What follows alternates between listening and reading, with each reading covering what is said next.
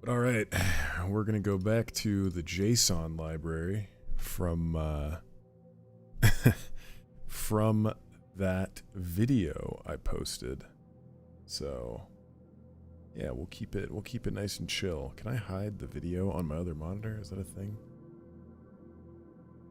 You know, for a website that's whole purpose is video, kind of shocked that their streaming is kind of bad. But you know, it's whatever. I actually love it. YouTube, the streaming is amazing on this website. So, yeah, I'm a big fan. All right, cool. So where did we get last time?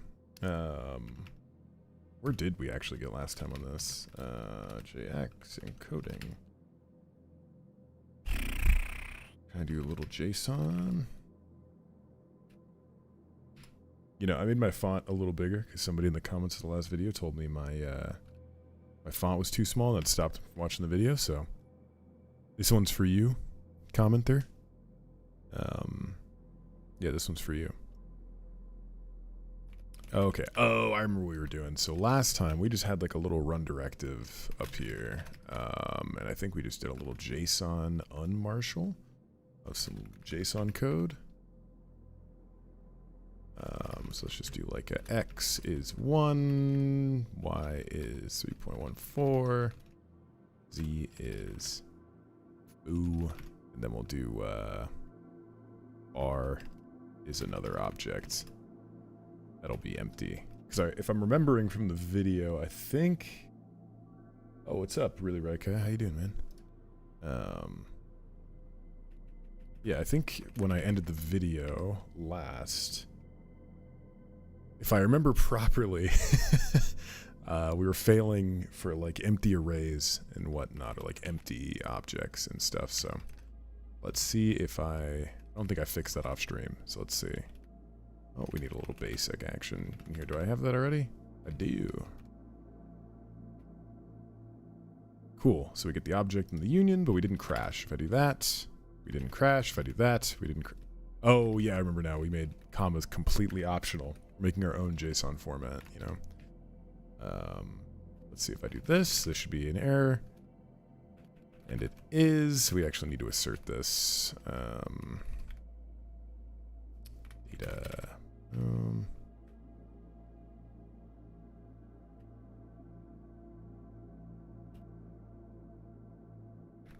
So a little failed to unmarshal action, and then we'll print that data. So now we should get the, yeah, cool.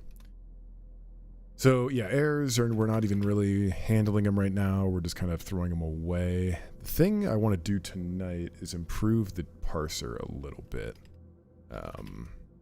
Yeah, so for one, making it required to do commas afterwards besides the, yeah, basically allowing commas at the end, even if they're optional or not. That'll make more sense in my head. Yeah, so let's get that going. So one of the things I should have done that I didn't do in the video is that it's all kind of just in line, and that's really fine, honestly. I'm trying to think of where that isn't fine. So let's see what's going on. So let's just do the object parsing really quick. So we skip that, skip all the white space. Oh yeah, I remember this now. I remember this now. The lovely skip white spaces we're checking in. What's up, Baron?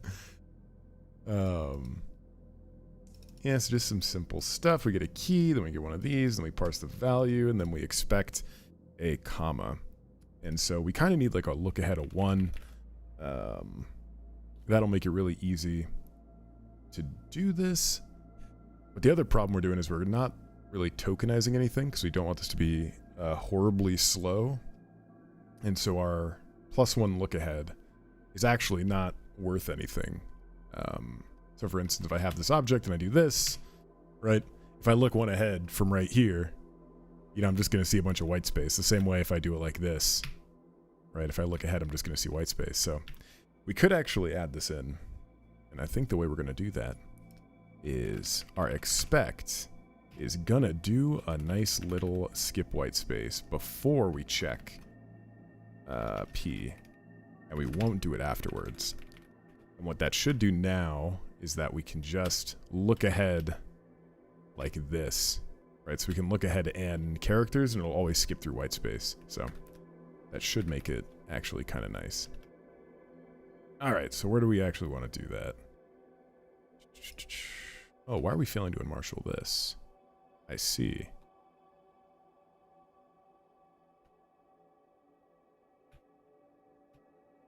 Okay.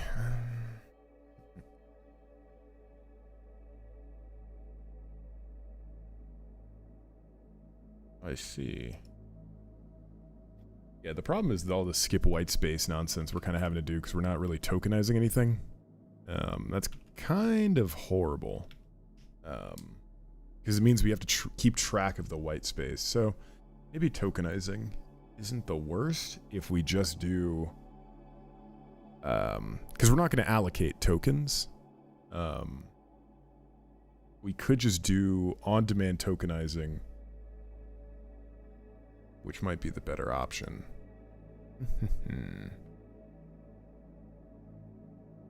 Because then if we do on-demand tokenizing, then we can just throw out literally all of the characters we don't care about, and we don't have to do this is white space or the skip white space nonsense anymore. So I'm wondering if that's the move.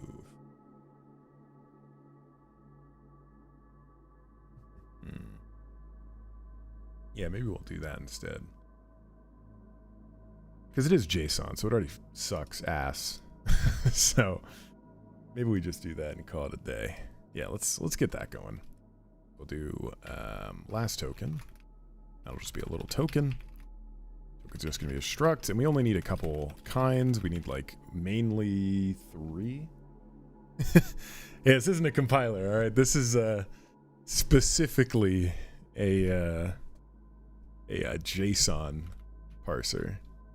It's not full compiler. Yeah, so we just need a nice little string. We need a boolean, or I guess we'll do true and false. And we just need a number. We need a string. L brace, R brace, L square, R square, and then we need a nice colon, and that's about it. I think that's literally... Oh, yeah, then we need a comma.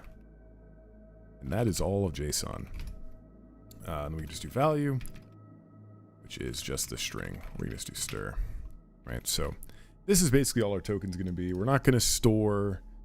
we're not going to store anything on them, like file number and file and stuff like that, because we only care about that for the context of what we're parsing. We're just going to store what it is, and then white space will skip through. The easiest way to do all this stuff, of course, is we do it like a pre-pass, or we go and tokenize it, but then we're going to have to allocate all of our tokens, and that's kind of ugly, and I don't like that.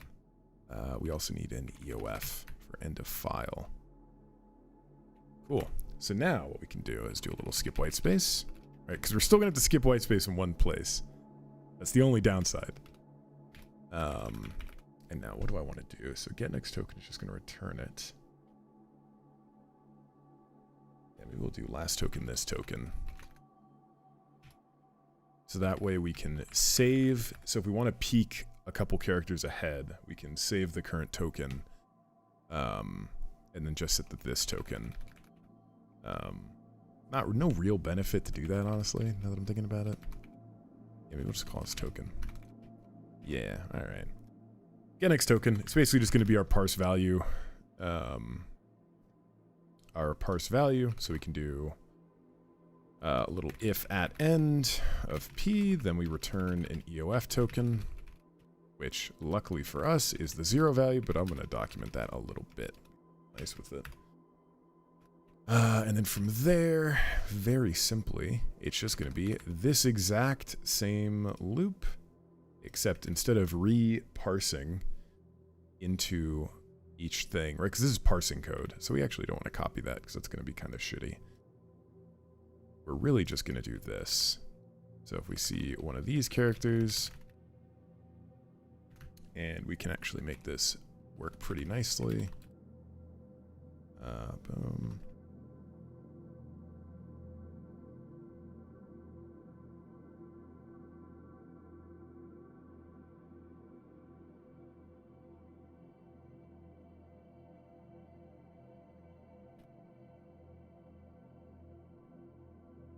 Cool.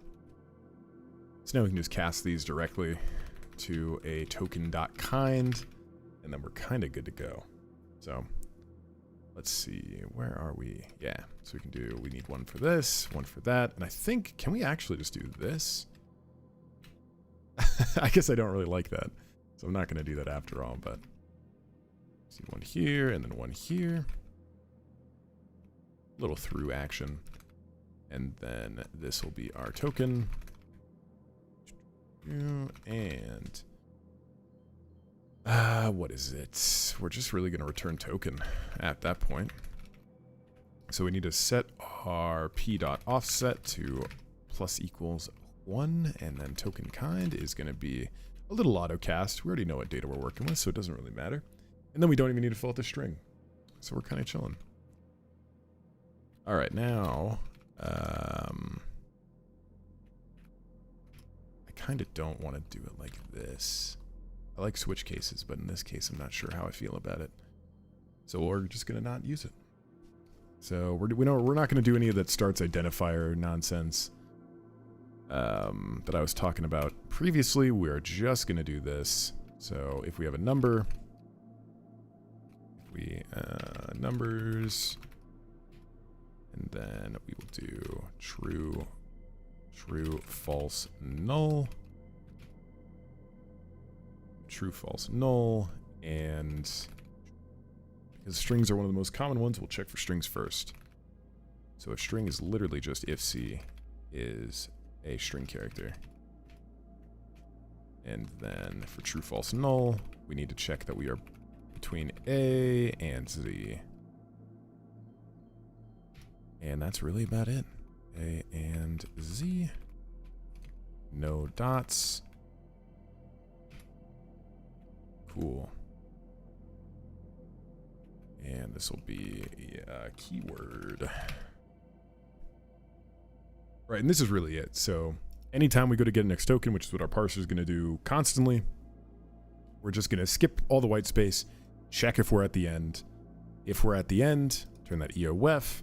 Otherwise, we build a new token, right? So if it's one of these single characters, which I'm missing a couple, of course, like this and that, we're just going to increment our offset by 1 and then token kind, right? We're just going to fill out this token. Otherwise, we're going to fall into these loops, which are actually going to do this sort of looping construct. And I think we can just copy my string code. I think I already have that. Yes. Perfect. So we can do that here. And the only thing we really need to do is when we go to that, we need to do kind of what we did before. So offset +1, offset +1, skip this and skip that. And that's really tokenizing code in a nutshell. It is like literally no code. Cool. So now we can just fill out this. So we're already going to increment our offset because that's what capture while does. So we can just return a kind of number. Stir is number. And we really don't need to have this token over here, so we can just do this. Kind is XXC. And we are good. So the only thing we need to do here now is we could have some error handling, which is always good, of course. I think capture while, does that return just the string? Yes, it does. So what would that have meant? So that means we would have just seen a single character, or a single number, which is fine in this case. An empty string, which is also fine.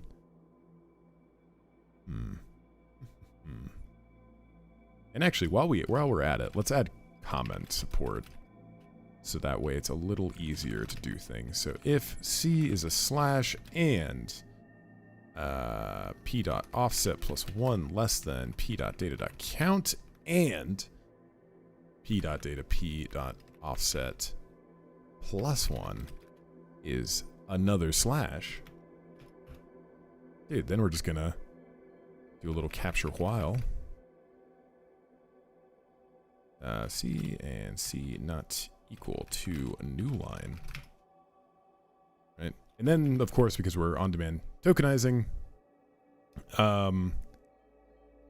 you know, we need to return something here, right? We can't return an EOF. We need to return at least something. So what we're actually going to return is a token kind of a comment. No, actually, I don't like that.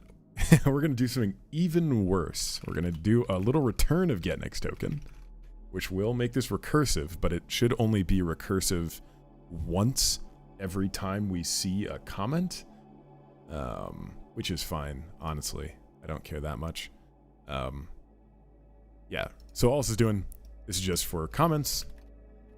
All right, so we're going to see a left or a forward slash, and then we're going to check, hey, is the next thing a slash? Then we're going to capture until we see a new line, right?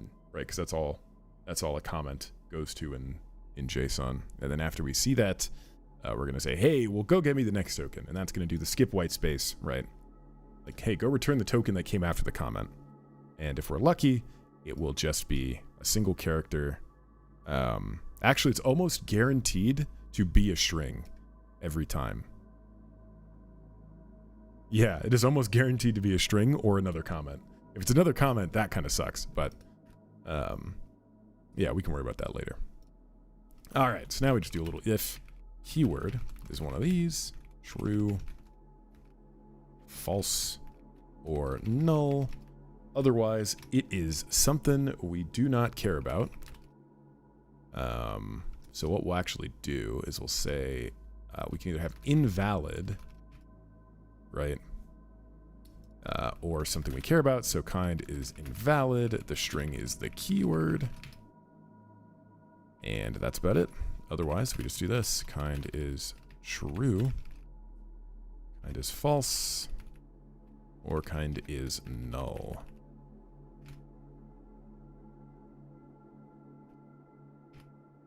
Might be thinking, hey, why are you adding underscores to the ends of these? That looks ugly. Well, it's because in Jai, you can't have an enum that matches a keyword. And I like under lowercase enums. I'm not a big one of these guys anymore. You know, not one of these guys. I like a nice little underscore. I like a lowercase. So that is why. Kind of is a stir. Value of a stir. And that's really about it. And luckily for us, this also handles our error case, which is nice. And we can even do that for the number, right? So if number.count is 0, meaning, actually, I don't think that should ever happen, right? Because the current character is a number. So we're already going to capture that, and then we're going to keep going. So we either see, yeah. So this is like a non-issue error case. Cool. So the only thing we need to do now is for strings, we need to skip, or sorry, for...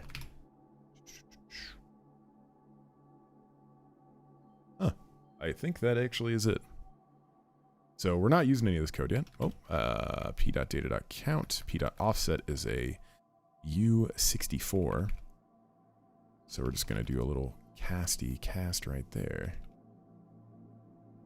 And this is a stir. Perfect. Okay. And we're not returning a token in all cases, so we're just going to always return a kind of EOF so we don't get an infinite loop. We should never, but it's always helpful to just return an EOF as your base case to make sure that, you know, if you didn't return from the uppercase, you could return invalid, but who cares, you know? Doesn't actually matter. I like returning EOF.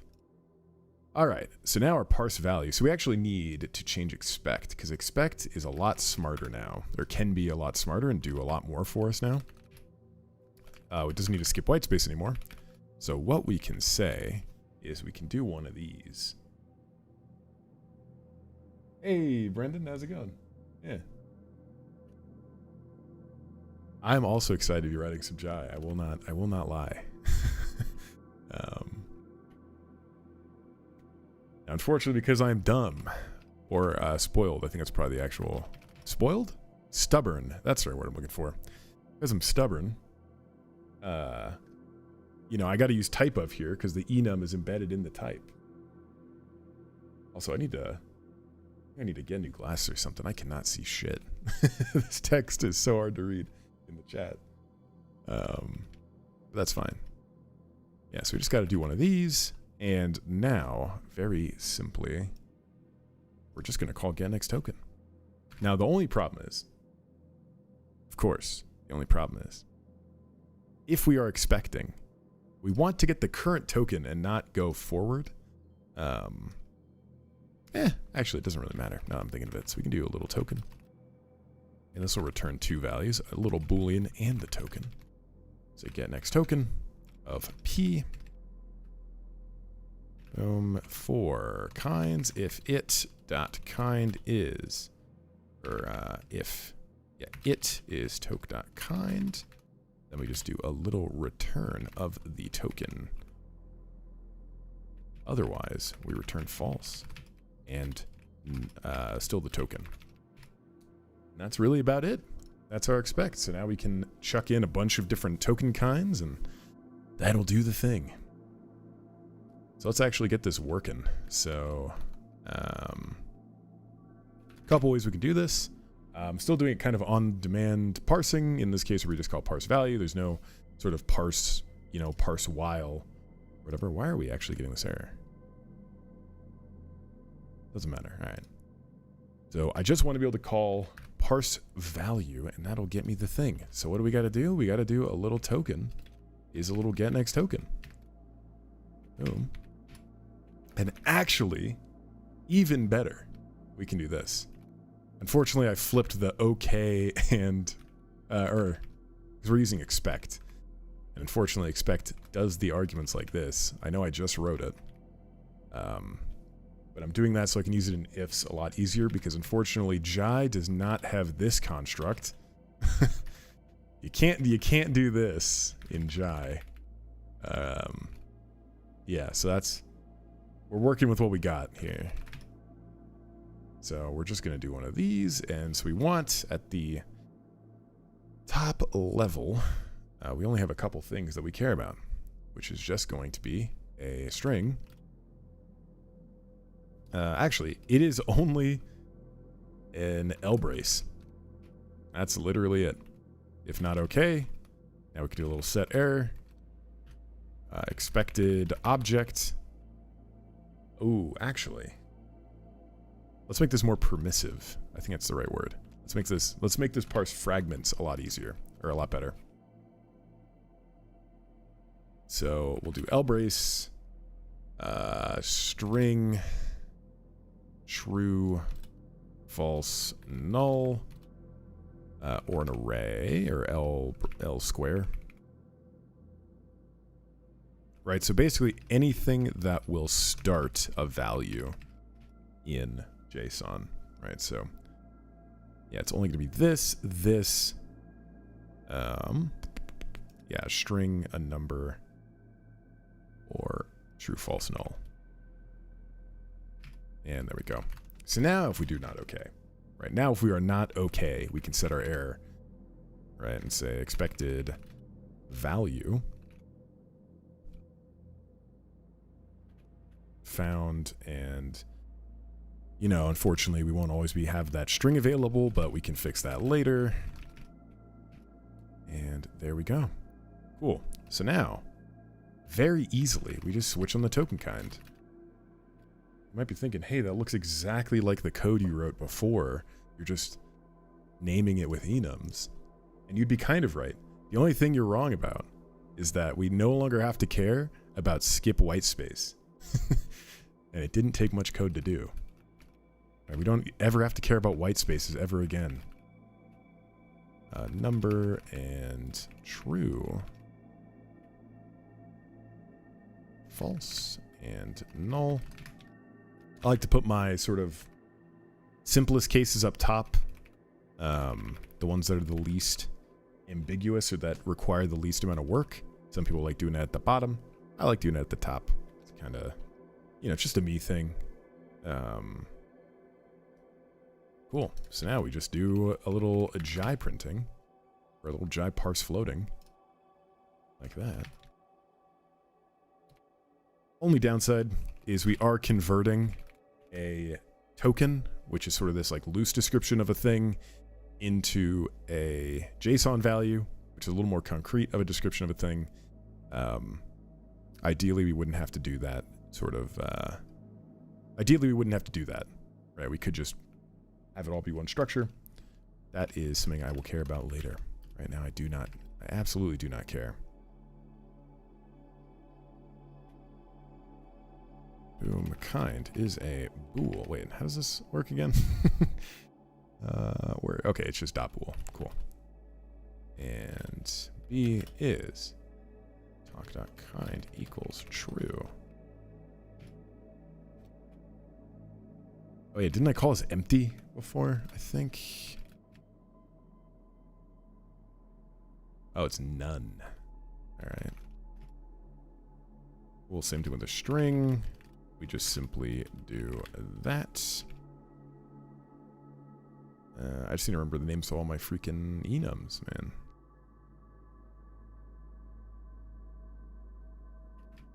And now we get to the fun part. Now we get to the actual meat and potatoes. So, yeah, we chuck one of these. Two. Yeah, now a little while not at end of P. And then we can do, because we would have already skipped past this, remember, that's what expect is doing. Right, we found an L brace, so we're skipping past it. Let's just do a little if not expect P R brace. Then we set the error expected end of object. Cool. So all we need to do is go and grab the key, and we could call parse value here, but because we have a tokenizer now, we can just call key. Okay.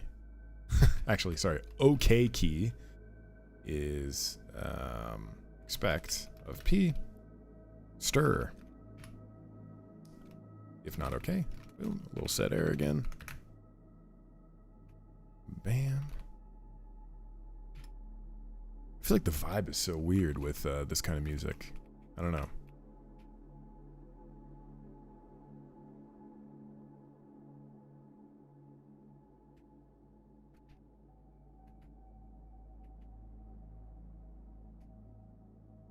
Like, I feel like it's a very, like, chill vibe.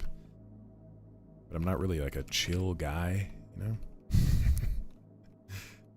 And then, of course, now we need a value. And that is just going to be a little parse value. And this is where we recurse. And, yeah, so, okay, so we're checking the error just to see. Okay, cool. That is fine with me. Nice and neat. So we get our key, we get our value.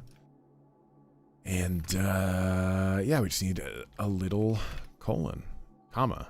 I keep saying colon. So what we can do is we can do two things. So we can do an expect, right? Because we either need to expect a comma, or an R brace. And so what we'll say is yeah, because we're going to do our expect in this loop, we can just say ending. Okay, possible ending is expect of P, comma, or an R brace if not okay. We do that. And we expected this or this. And that should be about it. And then we say, hey, if possible ending dot kind is a little R brace, then we break. Boom. And that's done. And then if we hit the end, we don't need to do this anymore. And we just return a little object. And that is a thing. Let's go and delete all this. Boom. Actually, we can delete literally all of that code because arrays, if you didn't know, arrays in JSON are almost identical to, objects. The only difference is they're not key value pair. They're just a bunch of shit next to each other. So luckily for us, we can just copy that parsing code, and rather than expecting a key, we just expect a value and one of these. And that is literally it. R square. Array. Cool. Oh, why are you yelling at me? Oh, because you should probably be a comma. What is... Yeah. This is no longer number. This will be talk.stir. Talk.stir. And actually we'll do this because I think it needs a pointer because it mutates it or like modifies the pointer. So we will do that. Little R brace action, little R square action. You got to remember your dots. And this is talk. Failed doing Marshall. So we did fail doing Marshall, but why? Let's do one of these. P.error.count. Wait, P.error. And what does a guy got to do to get a set build options DC around here? You know what I'm saying? Set build options. Actually, I'm already doing that? I'm not. Okay. Import little compiler. Set build options DC. You know we gotta hit do output is false on that, so that way we don't get a bunch of stuff going on. And now we're good. Okay, so we'll just do p_error.count equals 0 right there. Okay, so we are failing, but why?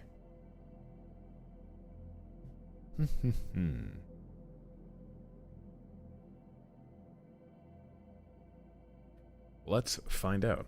So we don't have comments. Don't need to care about that. We have strings. Boom. Just like that. We've got numbers. Boom. Also like that. We got some EOFs.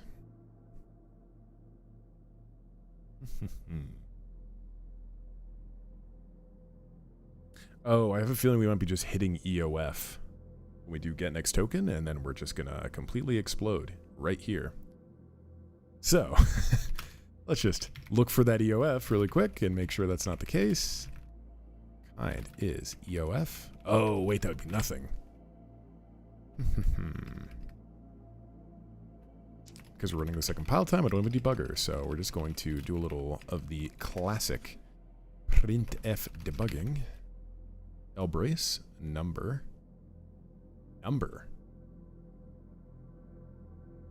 I see. Oh, okay, yeah, that makes sense. Because it's lbrace, because that's going to start the object, and then we're going to already just get the string, and we don't print that out, and then we do parse value, which gets us the number. Same thing here, number.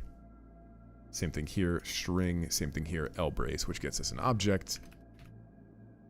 So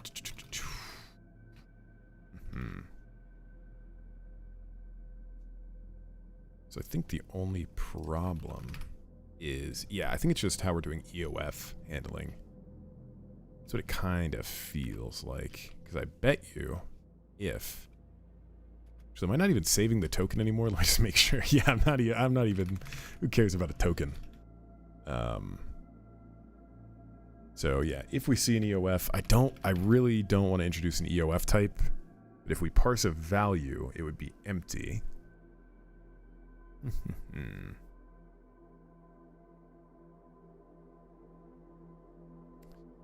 Interesting. And we're also not hitting that error case, which makes me think that maybe it's just a white space problem again.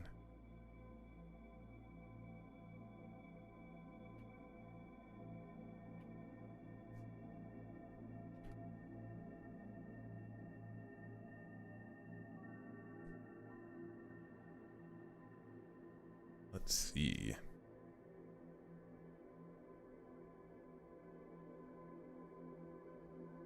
Oh, we should probably do this. So let's do a simple case. See if we get somewhere with that really quick. One value in the thing. I see. So we actually need to do one more thing. And that is because we are expecting a key. Although, So we parse the value, and then we get to here. Are we miscategorizing our brace? We are not. Our square is also not. So, colon, comma, left brace, R brace, L square, R square. We do a little offset action. Give it the kind and call it a day.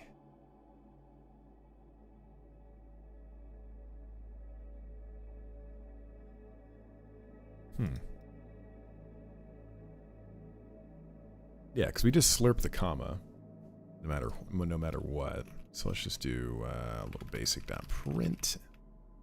Possible ending is one of these. Yeah, okay, possible ending comma. And we should have slurped the comma, because getNext token slurps the token. So what should have happened is we see the comma, we continue through the loop, it goes, hey, we're not at the end yet. We still have like one character left. Oh, duh. Because it's a comma directly into this character. Yeah, no wonder that's happening. That makes me kind of sad. Because I really don't want like a peak token. But honestly, it's like not that bad. Actually, we can do a really stupid peak token. We're going to do one of these. Peak token. And that returns the token. Because that's a pointer. We can just say copy is a little deref of P. And then we just call expect on the copy. Or sorry, get next token on the copy. And then that will return the token. And is that just going to return the value? Yeah, cool. There we go. Now we got, for the price of a single copy of a not zero amount of data, we get a peak token. And because we're good programmers here, we'll add a little to do and we'll say, this is bad, question mark? Because we don't actually know yet, right? It's JSON, it's already bad. So, kind of doesn't matter. Now, we don't need to do this. Yeah, because what the JSON rules is that you require a comma besides the last thing in the map or in the table, object, whatever. Yeah. So we actually just want to do an expect of a comma at all times. Or actually, no, we want to do something even better. We can say comma is peak token P if comma.kind is a comma, of course, then we get next token. Boom. So yes, we're calling it twice, technically. And we will do end is a new peak token. If end.kind is our brace, then we break. That should not be returned. Oh yeah. Oh yeah, we got code for days right here. Perfect. We're cooking. By that I mean we are writing a JSON parser, which is not a lot. And then we just do it over here. Boom. Don't need that anymore. So let's just do a little quick test. If I do that, that is fine because that is, the thing. I think the only rule we will allow right now is we're kind of doing that again, right? We're making commas like completely optional, and we only want them to be optional if the thing, if we only have one value, or if the count is 0. Yeah, that's the only time they're like actually optional.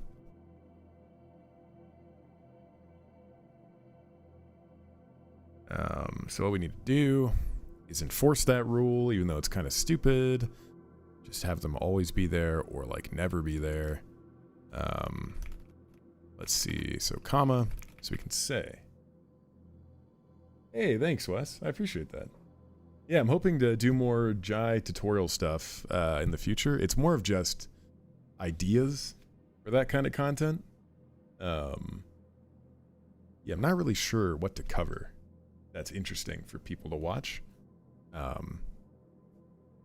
That's kind of where like the weird metaprogramming series came from. But I'm trying to come up with ideas. It's just, I feel like I've already talked about the main weird parts of the language, or like the cool parts.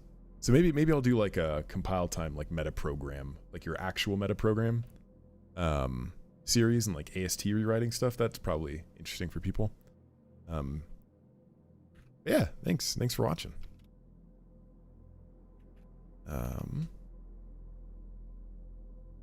Comma. Oh yeah, it is a non-zero amount of effort. I used to have a folder. It's not on this computer. It's on my other one. It's like my Jai with Judah folder, and it has just like probably 20 different files for video ideas. I think one of them was like porting features from Rust into Jai, like doing like a borrow checker in Jai to like, that was like a video idea. It was like porting your favorite language features.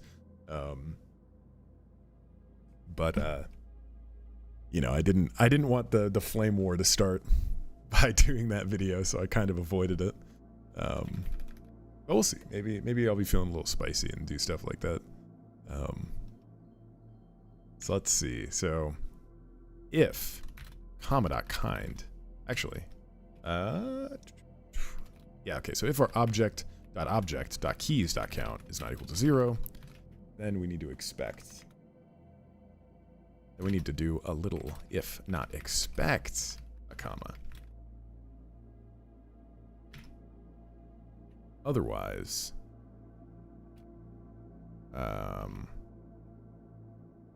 do some clickbait compile speed comparisons. So that's a really good idea, actually.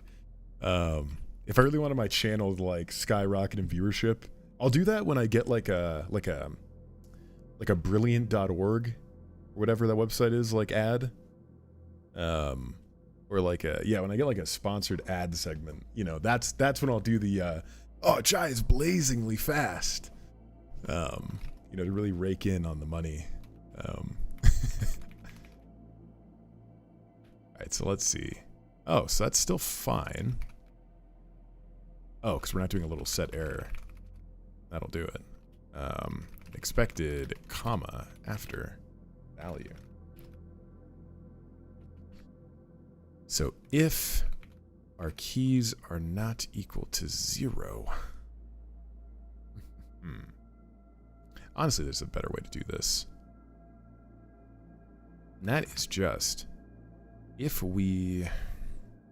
It's always these optional rules that get me sometimes. And I don't know why this one in particular is getting me.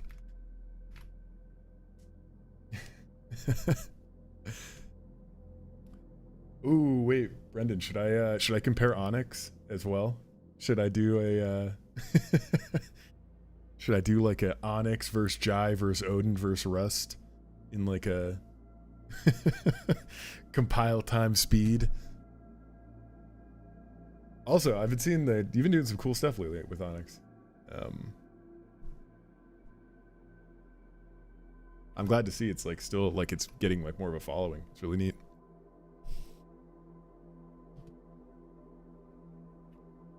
So let's see, object keys. Oh, we're never appending them, so of course this will not do anything.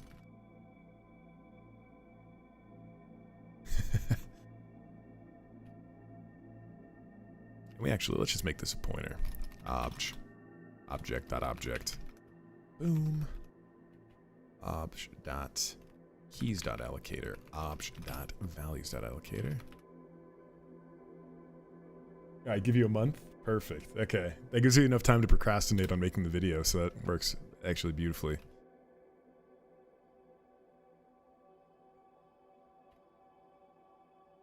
then this will just be our little value, and then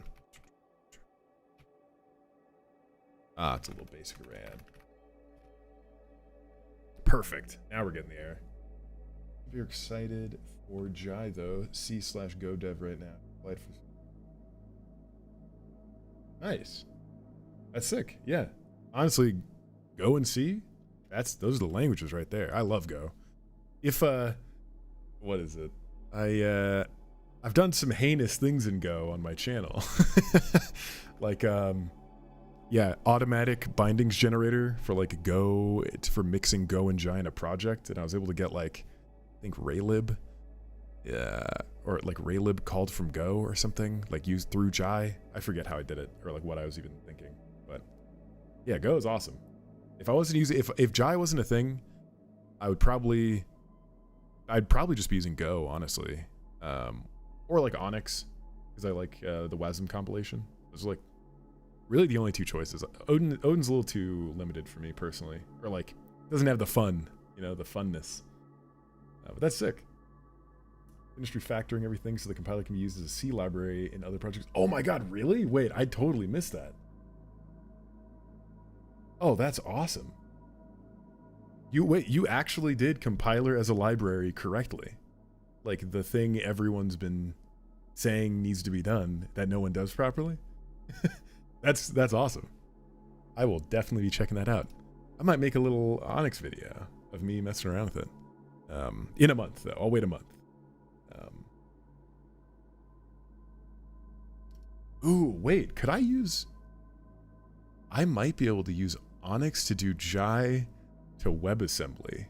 If the compiler is a library, I guess I could do that now by like AST walking a Jai program and converting it to Onyx. But that would be cool if maybe I could just directly call into the compiler.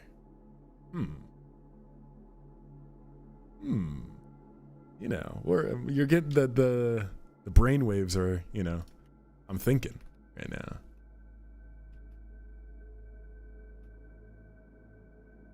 Okay, so that fails. So now it fails in the dumb way. So if commas.keys is not equal to 0, then we're always expecting it. I really don't want to do the peak token. I guess I kind of have to, though. Yeah, I guess we're gonna have to do this the not fun way. Possible end. Yeah, definitely check out Onyx. It's a really cool language. There's a lot of cool features in it. I haven't looked at it in a while. I've just been busy with life and whatnot.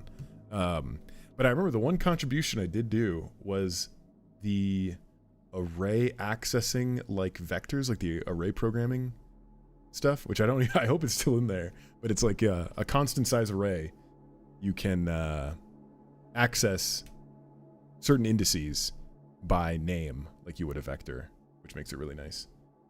Is WASM support on the roadmap for Jai? I've heard it's limited. Yeah, it's limited, all right. It's not like a first-party supported thing. It's kind of like expect your Jai installation to be ransacked to get WASM to fit in it. But there's been like a little bit of support done, and some people have actually got it working. Only problem is Jai doesn't have a 32-bit target right now. It can't target 32-bit, so you need the WASM 64 extension, which isn't like fully supported, or like is but behind a flag in a browser. It's like a whole thing. I just need to factor out the I/O into a separate thing so you can do true.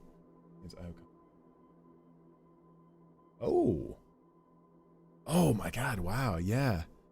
Honestly, like game engine with Onyx embedded in it would be pretty awesome. Because with the WASM target, hot reloading is probably not crazy, right? Because like fixed memory region, you just hold on to the memory needed and then give it to the program when you hot reload it. I guess type info stuff is going to be a pain in the ass, but that's really neat. Yeah, I'll definitely be checking that out. Good stuff. So we need a little possible end right here. Yeah, okay, so we can just do this. If possible end is a case of lbrace or rbrace. Get next token. If it is a comma, of course, get next token, which I guess we're always get next tokening, but it's whatever.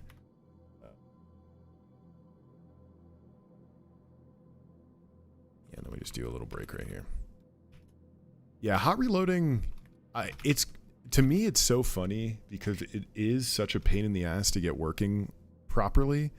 But at least for me, it's such like a productivity boom, like, or not boom, I guess like a productivity boost when I get it working. Like, I kind of wish I would have made a stream or like a video on this one, but I got a hot reloading module working. So the way it works is, I guess I'll just show this one. The way it works, you just import the reload module from my base library. You do a couple of poke names, and then it hijacks your build and makes it into a host executable that'll do the hot reload like main loop, and then a library, which is this program, and that's why you have to program export stuff. And then the way to control like memory allocation is the host does it. And it's kind of a whole thing, but like the host controls the memory allocation, and then if one of these sizes changes between DLLs, then it has like some reloading logic to either like free all the memory and re-init everything, or reuse the arena, or blah blah blah blah blah. It works really well, which is kind of neat. Like this is the quick start, so I can just copy and paste it. But yeah, I can just build this directly, like I just did. Where is it? Reload examples, and now so I have quick start and quick start lib. Quick start is the program, right? It's doing nothing for a second. Print doing nothing for one more second, and I can rebuild that, and now it'll do a soft reload, right? Because the global state when the memory size requirements didn't change. Yeah, it's pretty neat. It makes honestly working on stuff really fast. So yeah, how reloading, gotta love it, you know. It's just a pain in the ass to set up properly if you're not using C. If you reserve enough space for a global, it could work. How reloading? I think I already read that. Did I? I think I just like brain. I got lost in the sauce.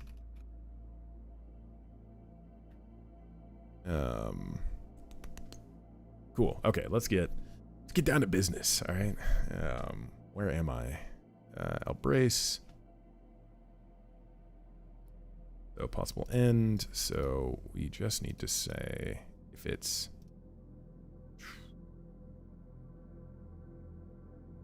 I guess, yes, we're peeking the token, and we're saying, hey, if we see, I guess, oh, actually, all we want to do is this.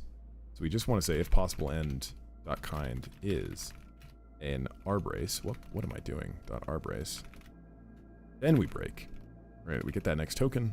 Do that. Otherwise, we can expect, if not expect, p, comma.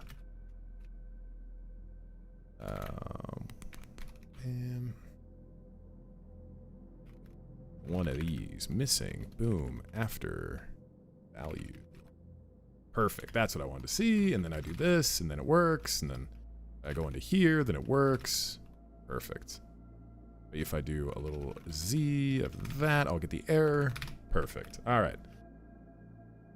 Okay, so that is a JSON parser. Now let's actually do a fun thing, even though we're already an hour in, and all I've done is convert this over to be not shitty. Sorry if there's kids watching. Not bad. not shooty. And then we can just copy this. Boom. Oh, that'll do it. All right, cool.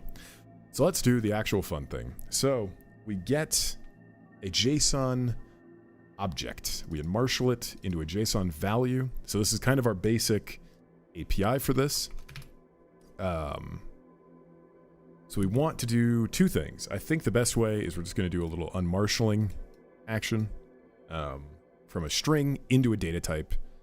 And so there's two ways we can go about it, and I always flip-flop on this.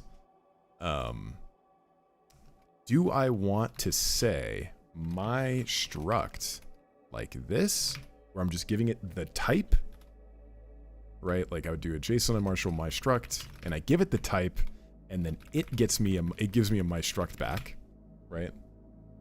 Or do I want to do this? My struct is a pointer to my struct, or actually just be a value, and then JSON unmarshal my struct string end, right? I would normally opt for this one for two reasons. One, I can do this, right? So like I'll have like some JSON payload. One, I can do this with this setup, like the C style. Actually, I'm more of a this kind of guy, right? So I can check the Boolean directly and then pass in a pointer to the thing, and it'll fill it out, which is nice. Right, and that is a nice usage scenario of this. The other way, I don't get that luxury, right? If I do it this way where it returns, I just give it the my struct, right? Then the thing it returns first is going to be the value, and then it's going to be a Boolean. And of course, Jai doesn't have this yet or ever, right? So I can't do this style of checking. But do I care that much? You know? Do I actually care that much? It's my base library, right? It's my birthday. I can eat what I want. So maybe I just do this. I'm kind of fine with that. And because Jai is weird, I can do one of these. Some allocator, right? I can just do a little simple comma, comma, and that'll control all of the allocation in that function, right? That'll set the context allocator. So I think that's what we do, you know? If I really care about the memory allocation for this thing. Yeah. Yeah, I guess the other way gives me more control over memory allocation, because if something has a dynamic array in it, I could do like, you know, my struct.dynamicArray.allocator is set to some separate allocator, and then say, hey, go allocate the rest of the struct on this thing. Granted, that only happens in the allocator case, and if it's an object, that's a struct. So I really only have to care for allocators. Yeah, we'll just go, who cares? And I'll do it this way. Cool. So this is our API. We're going to take in a type and some JSON payload. Where is that? So we need some type and a JSON payload. And that's the first bit. So the main way to do this, is we need some type info, right? Because this is going to need runtime type information to properly do it, what we're trying to do. And I'm not going to support this right now. So if I do like x of int, y of float 32, z of u64, a of string, b of structs,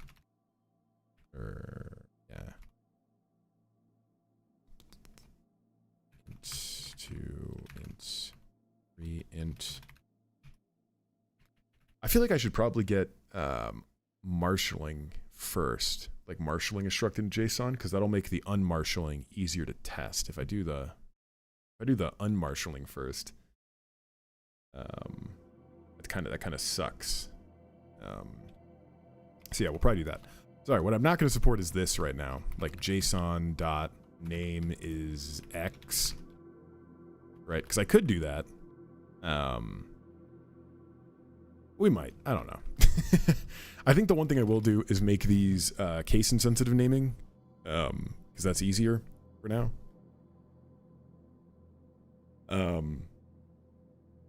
Yeah, we'll see. You know. So yeah, let's do marshalling first. So that'll take a value and convert it into a JSON string. So there's a couple ways we can do this. Oh, COS, thanks for hanging out. Thanks for watching.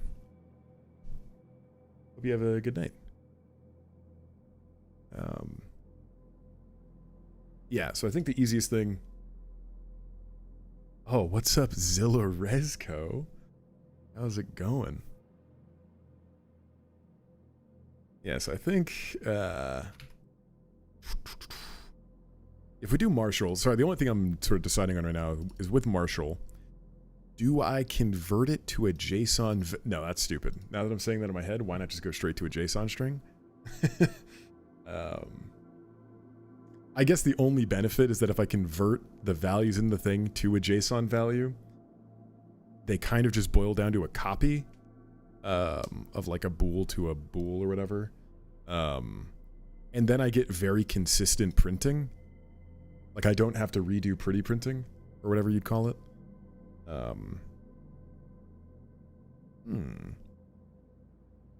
Seppi has entered the chat. Yes. All right, so let's get the info. Cast type info and JSON Marshall. It's going to return a string. Yeah, I kind of... Do I like that idea? If I marshal it into the JSON value, like structure, and then you call toString on that, I kind of don't hate that. So if I do like data or like JSON, JSON Marshall, my struct, right? So I do this, and this is something that should not fail. I guess it could for certain types, but like it really shouldn't. They call me Giuseppe because I got that Seppi GUI. Yeah, your GUI Seppi. That's good. So I could do like this. Y is 20, Z is 30. 20.555. Right, and then I could do, you know, write entire file. Right, toString JSON. And then if I want to do like, not minified JSON, but like inline tiny JSON, I just change my toString implementation. And it just fits in with the rest of the system. It's probably, it definitely is slow as shit, but use the temp allocator on that bad boy. You hit them with one of these, little allocator equals temp. It's still slow, but you feel better about it. Yeah, I guess I'm not trying to remake SIMD JSON or JSON SIMD, whatever it's called. So yeah, we'll do that first. I like that. So yeah, and this will return a JSON value. And now we can do a little info.type. Do I need to do .type, right? No. Sick. Some JSON payload, one of these.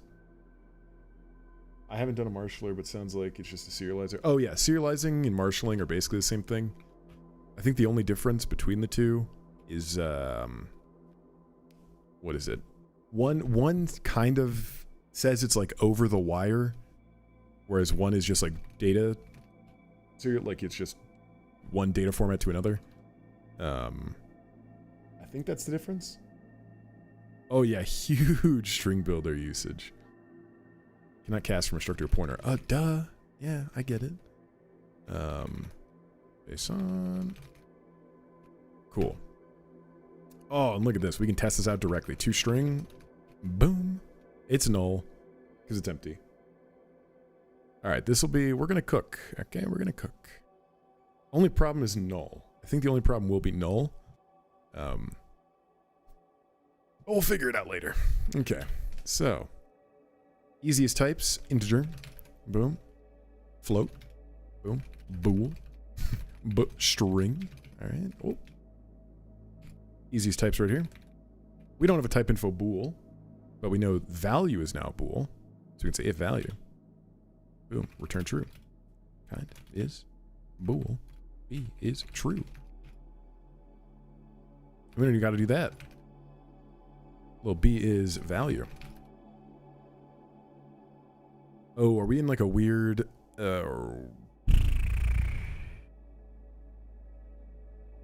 Ah, yeah, that's kind of weird.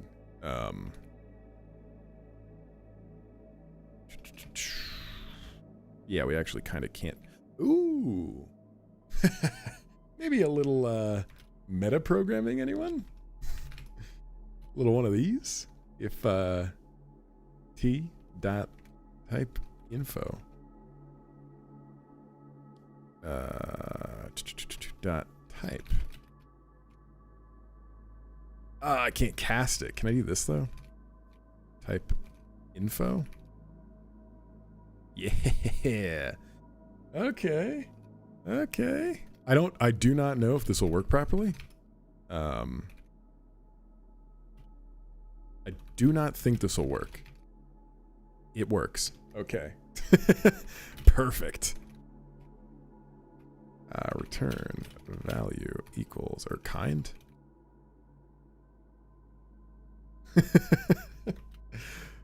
Hey, I've waited an hour. I've waited an hour and 7 minutes, 20 seconds to start metaprogramming. All right, let me have this. And we're not going to do any string copying because that is stupid and we are cool.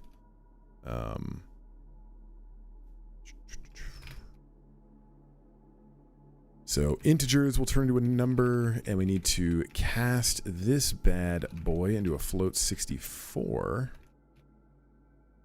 Floats are already cool. And we still need to cast to a float 64 because it might be a float 32 and we're not going to check the runtime byte size. Sweet. Okay, now we get a struct. So sinfo, because we're sinning right now. Type info of struct for sinfo.members. I will also write my marshaller. Nice. That's what we like to see. We love marshalling and stuff, you know? This is kind of who we are. We're Costco guys. Of course we like marshalling. That's stupid. I apologize. Okay. So now we just got to do a little JSON, a little obj. Should we call it JSON obj? Bada bing. JSON value. You know we're going to be taking a pointer to the JSON obj.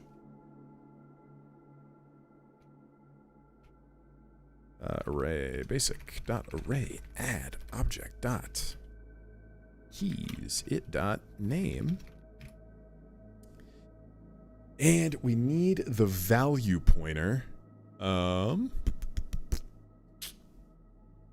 Bit of a problem there. Actually, Jai has implicit dereference, so we're kind of good. So all we need to do, a little basic.array add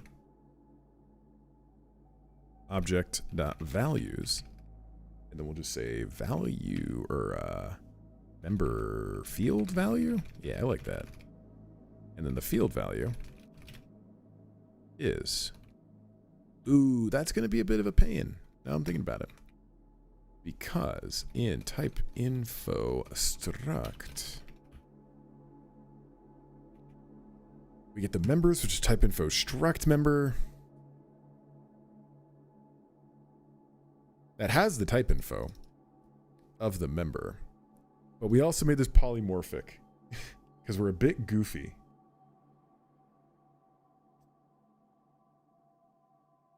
Actually, we're kind of good. All right, watch this. They want to see you fail. We do info is a little type info. We do the value, which is a pointer to, it doesn't need to be a pointer, is in any. I don't like that. I really don't like that, personally. Guess we could make it a void pointer.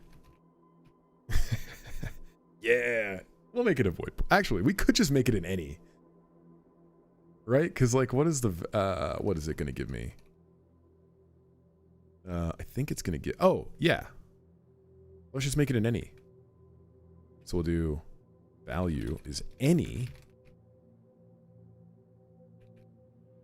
So we have our concrete types, but we need it when we need an any case, which is kind of dumb. I kind of hate that. And really what should happen is this should be an any, and I should just do it all in here. But then I can't do. I guess I could if I do this. And I say is constant value and value dot type, right? What do you mean it's a non-constant type? Oh, dumb. Okay, so we're just gonna kind of split it out, and that's okay, because what we need to do here is get our field value, and I think that is we need like v putter, which is value cast to a U8 array, like this. We got the boobies. You guys like that? Okay, so we do field value, which will be it.offset in bytes, and we need to make sure of one thing. We need to check that the offset in bytes is not in constant storage. So we need to do if it.offset in bytes not equal to 0. Actually, sorry, greater than equal to 0. Marshallers usually go straight for a JSON value, or do we just output a string? I think they usually just output strings. I'm just doing this to take advantage of the printing I've already done and to make testing easier. So rather than going straight to a string and have its string output not be consistent, yeah, I can go to a JSON value and then go to a string, and then I can actually verify like outputs are the exact same for tests and shit. That's the only reason why I'm actually doing it.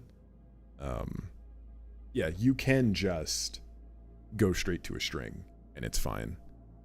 But then if you want to go pretty printing, your marshaller has to know about pretty printing versus just like inline big blob. If you go to a JSON value, then your toString handles that instead, and you just deal with it as a struct. Like you just go from data to data. I think this would be a lot slower though. What I'm doing is the slower way to do it, I'm pretty sure.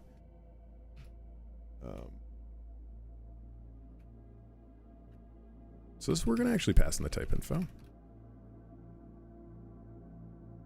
Oh, that's so tragic though. Yeah, we'll fix this, don't worry. We will fix this. We will make this so much better.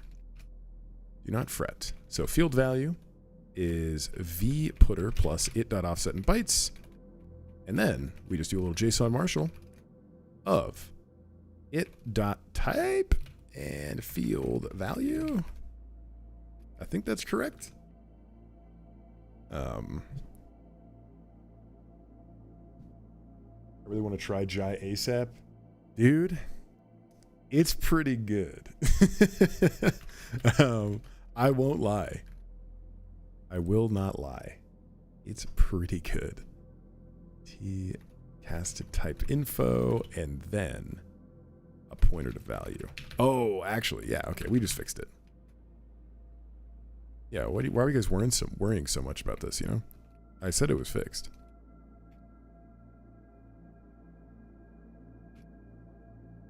Okay, and this we need to cast to a pointer to bool, and then a little dereference to bool. This is going to be a pointer to a string, then we cast to a string, same thing with here. Ooh. So I actually want to cast this. You can do many things like add 2 numbers. Exactly. We're adding a lot of numbers right now. You added 3? Holy cow. I've never gotten that good. I can only add to like 2, I think max. But I'm practicing. Info, and then so now we actually have to care about the size. Of course. Type, info, integer. Yeah, we gotta care about the size. So if I info dot run or run time size. Actually, we need to do if. Are they flags? No, it's just signed. Nice. If I info dot signed if I info.runtime size is 1, a 2, a 3, wait, no, a 4, or an 8. We'll return kind of a number. And the n is going to be a little value dot pointer to some s number dereferenced and then casted to float 64. Oh yeah, we're cooking. So this will be an S8, 16, 32, 64. Oh yeah. Oh yeah, this is some ugly ass code, but that is okay. Because it has to be done. And then we do the exact same thing for this. But we change all the S's to U's. And that gets us basically the whole way there. So now we just do info type, info struct. And then, of course, our float, we need to cast to a float 64, but we need to now care. So if info runtime size is 4, and I'll kind of future-proof this a little bit, because I don't know if Jai will ever get built-in float 16s or like built-in float like 128 F128s. So we'll make sure, just in case it does, that we're ready and ready to go. Kind is a number. Value is value dot 64 dereference, and this needs to be a float 32. And then we need to cast that to a float 64. And when you're writing this stuff, it does not hurt to do this. Like this, unknown float size, info.runtime size, right? That always makes sure that you're catching your failure case and your unhandled cases. That is a good thing, right? Even here, we do it. Unhandled type in Marshall. Info.type. Why are you yelling at me? Oh, because it should be n. And this should also not be there. Okay. And we need to return JSON obj here. And why are we getting null?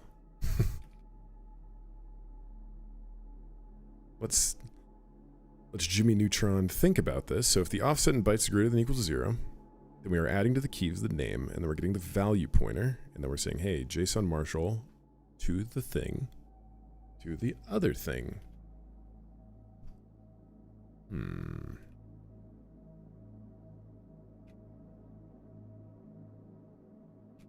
Okay, so it's not, we're not hitting this one. And actually, we will actually do this here to make sure we've returned before then. Okay.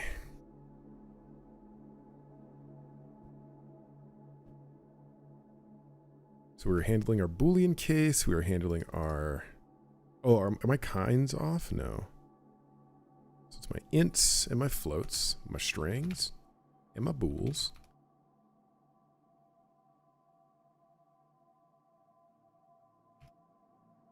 We are handling the failure case. So we're hitting a struct first. So we're going to go, hey, let's make sure. Oh, because my JSON object dot kind is not object. That'll do it. Now the only problem is we have filled our struct with bad data. Wait, huh? Ooh. That's okay. Yeah, we filled the struct with completely bad data. And there's a reason for that. What is the reason for that, actually? Let me think about this. So we're taking in a value, right? this my struct literal. Oh, well, that's also a problem. So what we need to do is we need to say if value is null, then we return where kind is empty, none. Okay, yeah, so you can see what's happening, right? We're like, this is all just junk data. So let's see, A is hello world, right? And that'll also fail, and we're failing 164. Yes. So my strings are being weird. Please tell me it is not this. Okay, I just want to make sure. Is my precedence off? Because I'm pretty sure I already know what this is. I just... Part of me is sad about it. That is true.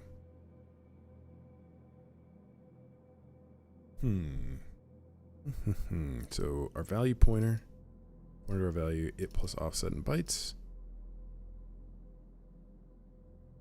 Then we're saying, hey, write to the object.values.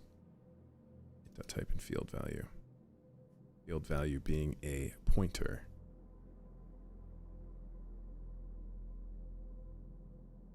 Oh, it's already a pointer. Whoops. That'll do it. Yeah. We're filling it with junk data because when I converted the function over, I no longer needed to take a pointer. So there we go. Now we got unmarshalling or marshalling of an arbitrary struct. And honestly, because that was so easy, let's go to the type info members. We can check this notes one, right? And now, before we write the name, let's loop through all the notes. If it's basic dot contains strings dot contains JSON. We can just print this, right? Let's make sure. Let's see if we have one in there. Okay, so we don't. If I go JSON name is boom 10. Yeah, okay, so we're seeing JSON name is that. JSON name is Y. Right? Cool. So we're seeing those in there. I guess we'll just do like has. We'll do name. Is it .name? Yeah, that's the way to do it. So if it contains JSON name, right? This is the problem with Jai. You got that way faster than I did. It's probably because I'm just writing it, so I knew the mistake I made. I bet viewing this is pretty incoherent. Yeah, the one problem with Jai notes is that they're not structured. So if I do something like this, that's like my own custom syntax. Right? So I can choose to do this if I wanted to. And I kind of don't hate that. Actually, can I do like a bunch of stuff in there? No. I forget that is the annoying part of these as well. If you had a space, it breaks. Right, so you kind of need to add underscores to get that to work, probably, because this needs to be a valid identifier, I think. Or it's like, I actually don't even know the rules. They're so like opaque. So let's just do name equal, like JSON equals X, JSON equals Y. Do I like that or do I like this? I kind of like that because the highlighting shows up. So I think we're going to do that. So we'll do if includes JSON colon. And I think we can guarantee that we don't have a space. So we can do index is strings dot index from right, from left. Index left. Yeah, index left. What? Where am I? Find index left. Find index from left. Find in. I guess we can have an escape character to insert a space. Yeah, that's what I was thinking. Is like a dash or like a. Can I do \s in there? Actually, let's see. print hello. Oh wait, what? it. Oh no, that's so sad. I can do this.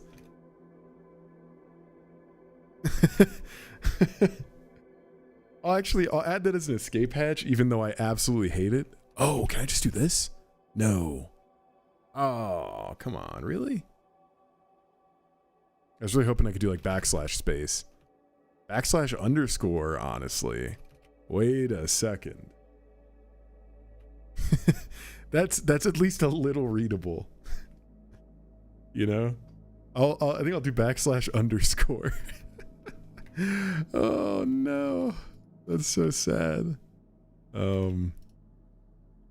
Okay, so we need to find in the note the colon. And because we already know it exists, we can do index +1. And then we could do name is name dot name is a string where the data is name dot data plus index. Count is name dot count minus index. And that didn't work. Oh, because we're still writing name. That still didn't work. I see. Oh, we need a break probably. So it's name.data plus the index, right? Because that should get us to the colon. And then we need to do the count, which is going to be the name, current name.count minus the index of the thing.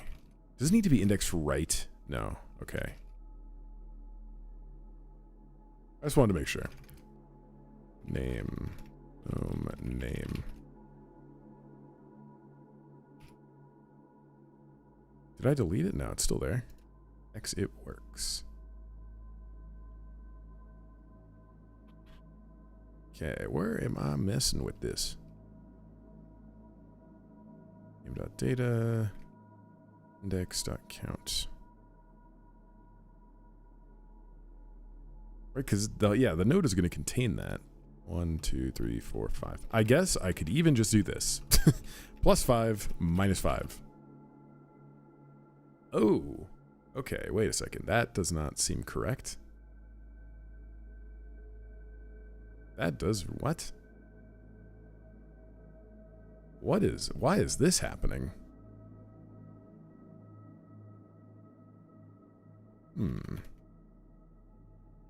So we're grabbing the name. We're saying, hey, if the note contains JSON, colon,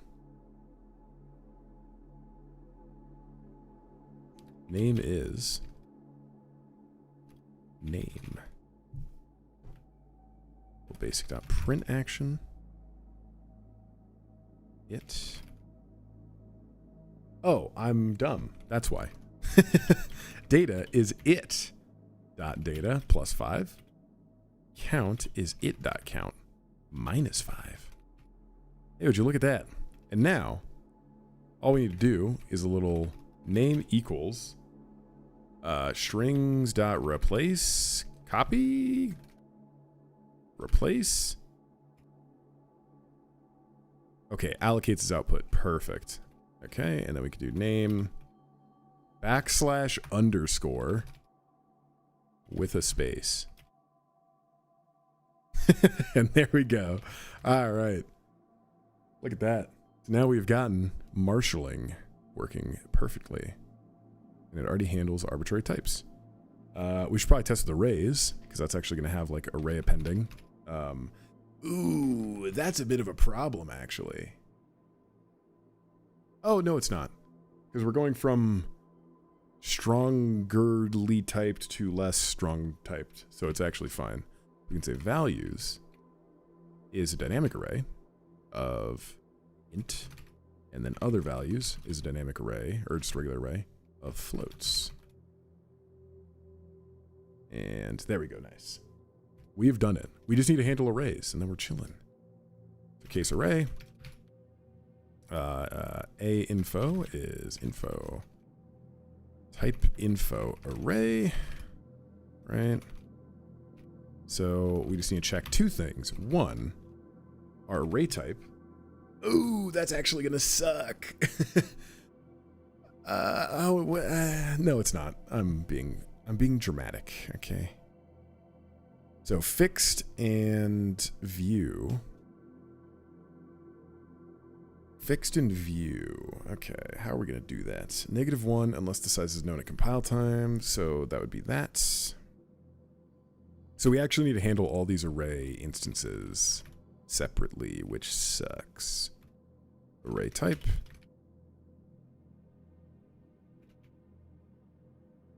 Oops. Whoops. So if we got a fixed array, then we'll know the count at compile time. And then we can just loop over, iterating by the array element type size. So we can do element linfo, linfo, the info, ainfo.element type. That's in there, correct? Preload type info array element type. Yeah. Okay. So we need our vputter again, value pointer bytes. And we're gonna have to do this in a loop where we do the thing, and this can be JSON array, JSON value, where the JSON array kind.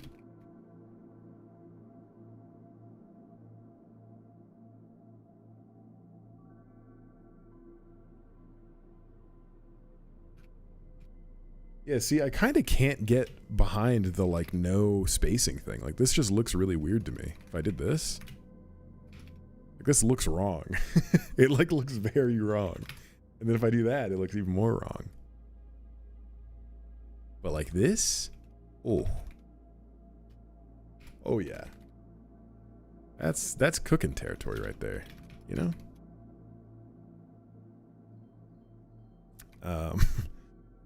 So what we need to do is we need to, for a fixed array, we just go 400.ainfo.array count -1. And then we go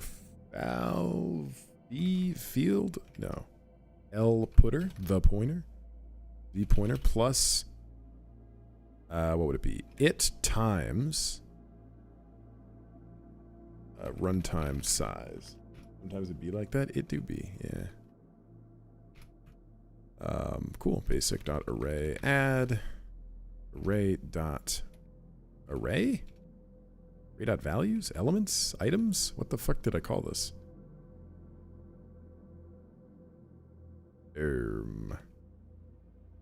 JSON value array. Nice. Okay, good job, me.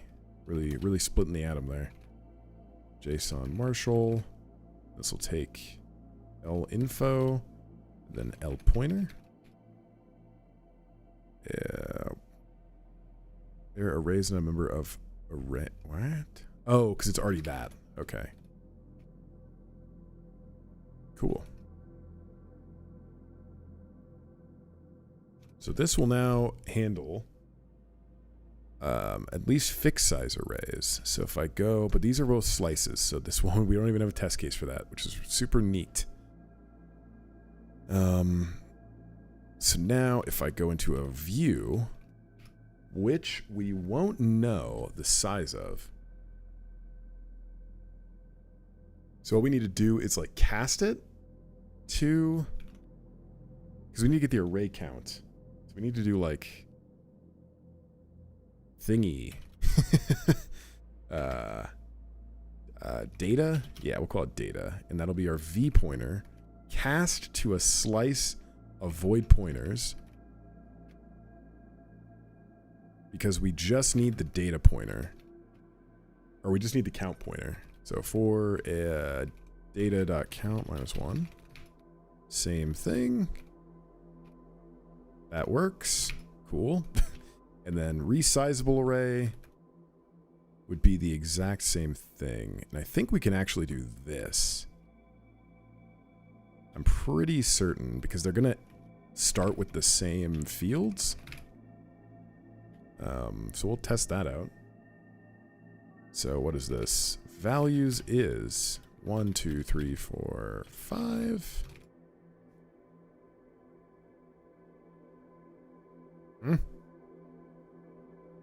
Oh, other values. Whoops. Cool. Okay, it's not actually correct because I'm indexing it wrong. Oh, because it's that's ugly. I don't like that. So we need to do, this wouldn't be our v pointer anymore. It'll be our data.data. Because then we can do it to array of bytes. Right? Because it would be our data pointer plus the it index, which is our current index, into it times the runtime size of the value. Right?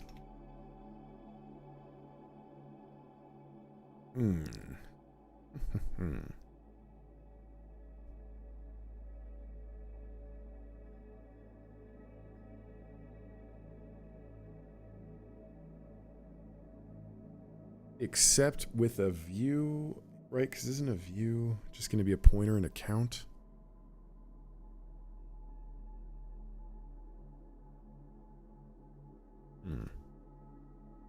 Because that don't look right to me.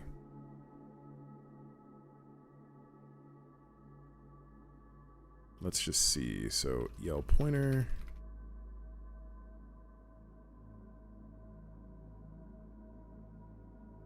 Yeah. Scratches chin. Thinks. Ponders. Yeah, so we're casting it to... Oh. That's why. Because it was a... Yeah, I was doing an extra pointer in direction with it. Because it was like a point... I was treating it like a character array rather than just an array of, like, bytes. So the data pointer was a pointer to bytes rather than just a pointer to bytes. Yeah, okay. That makes a lot more sense. Godoy. Cool. So that arrays work. Let's make sure dynamic arrays work. Stuff. And this will be an array of int. Array add.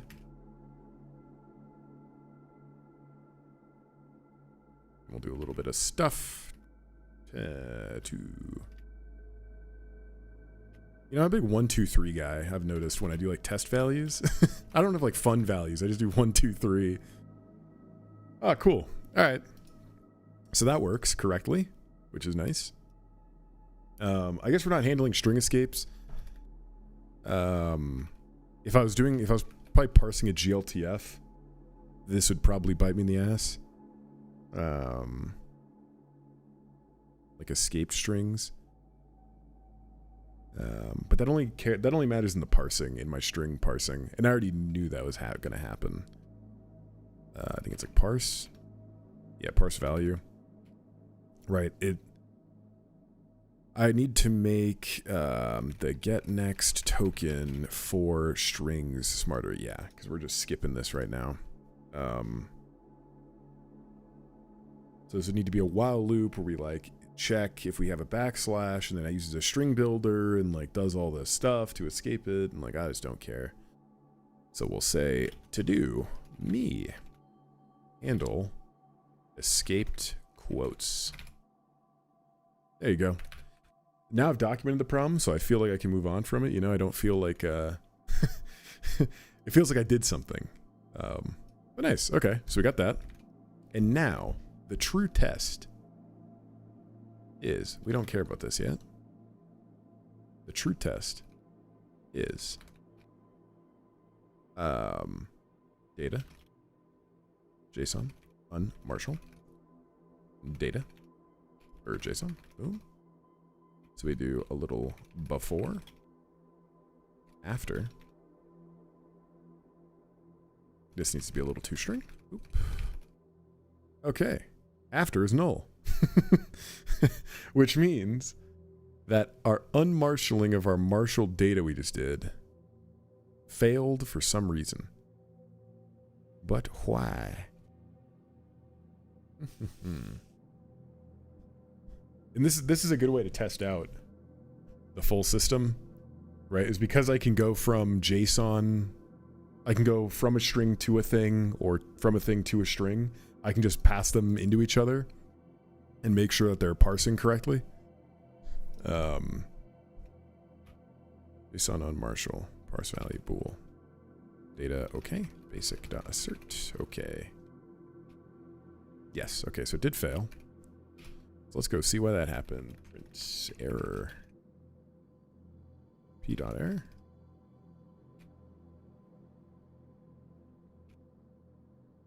And no error. I see. I see.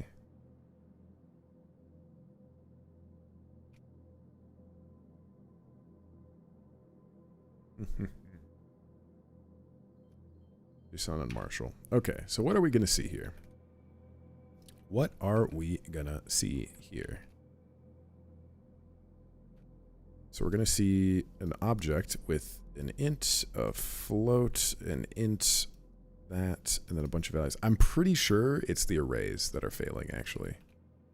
I'm almost positive. Yes, it is the arrays that are failing.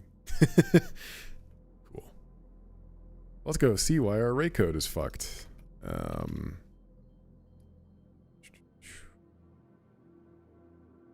Arrays.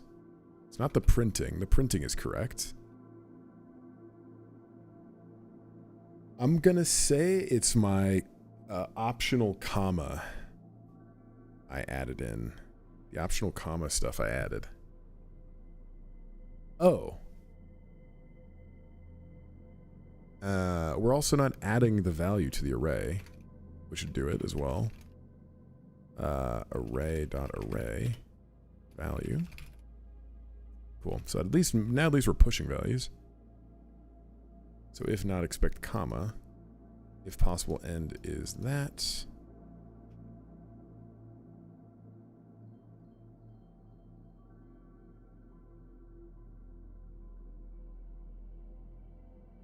So should we peek if it's the R square? Boom, and then we parse the value, and then we do a little basic array, you know what I'm saying? The classic, the next token, then we check for a comma. Quite interesting, I say. Let's do one of these really quick. Let's see where we're at here. Peek. Token. Because that'll tell us if at least... Okay, so we at least failed here, which means we did not... Oh. Pff, okay. Hey, look. Oh, it still doesn't work. Okay, cool. I see. I see.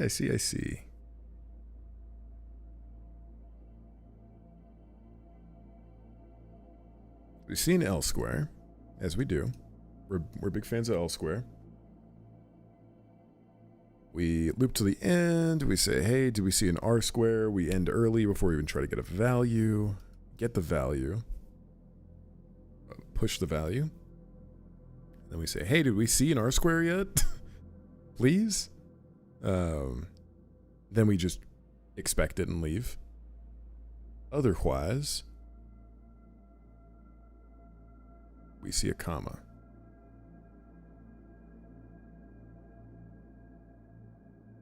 We see a comma.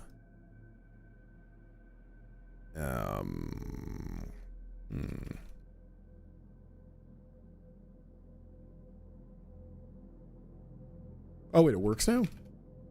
Wait, huh? What? Oh, no, I printed it and then it... No! Not... Why is this a bug? I'm printing it and it works?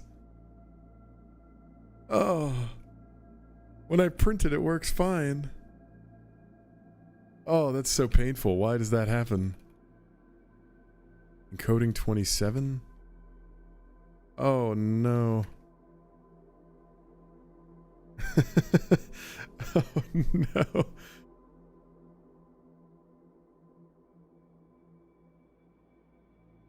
That is so painful.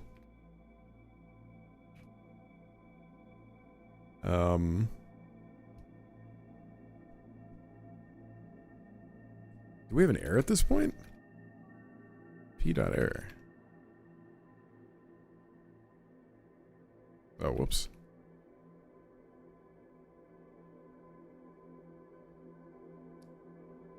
Surprisingly no temp memory, funnily enough. Yeah. Bad everything? You probably that, yeah. I'm more confused because we're returning the array, and the only time we ever says we have an error in unmarshal is when p error count is not 0. And the fact that I'm not seeing an error is nerve-wracking, to say the least. Let me just make sure we're not hitting this case. Yes, okay, we are not. Cool. So it is in my array code. Okay, alright. Whatever.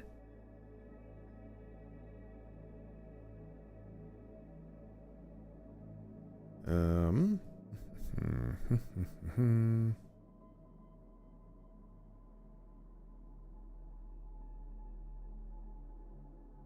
mean, I already hate this code anyway. It's kind of ugly. Can I not just do this, actually? R square. Like, can I not just do okay, toke, boom. If not okay, set the error. If token equals R square. Break. Yeah. Okay, I was gonna say, I knew I could do that.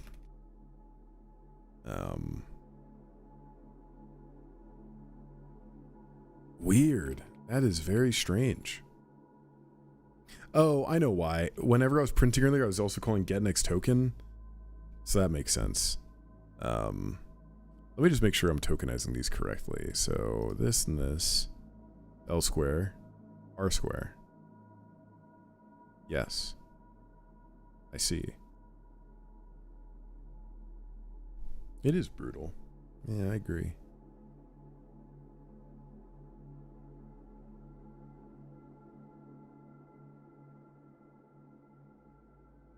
So we are doing a little JSON value. The worst part is there's so little code in here, and that makes it worse. Because there's so little code to look at that I'm like, which part of this could be broken?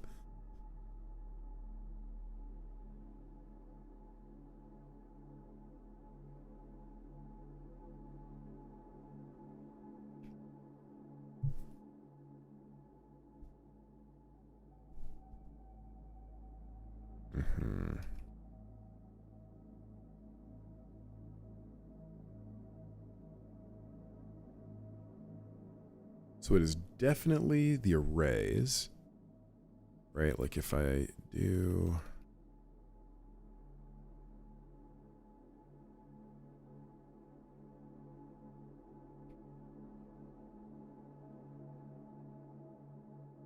Yeah, okay, so that works. So it means that we're not actually consuming the last R square in the loop. Really? But why? Because this would actually also affect the object parsing. Comma, comma, comma. Okay. Possible end is a comma.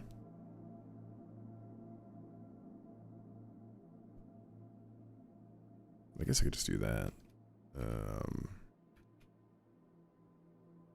Okay, cool. That's all. That also works. And that's actually way smarter too, to do this. Like I just do it here.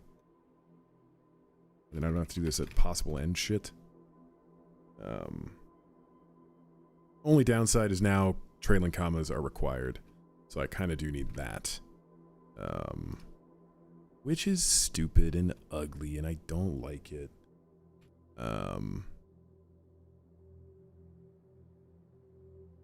Yeah, I guess I could just do this, maybe? I kind of don't like that. I don't hate this. If not expect P R brace set error missing blank to close object. At end of object? At end of object. Cool. Yeah, I actually like that more, just breaking. Instead of doing dumb stuff. It's a bit stupid, but it's not that big of a deal. And then we also need it here, possible end. And I guess we can just reassign to end.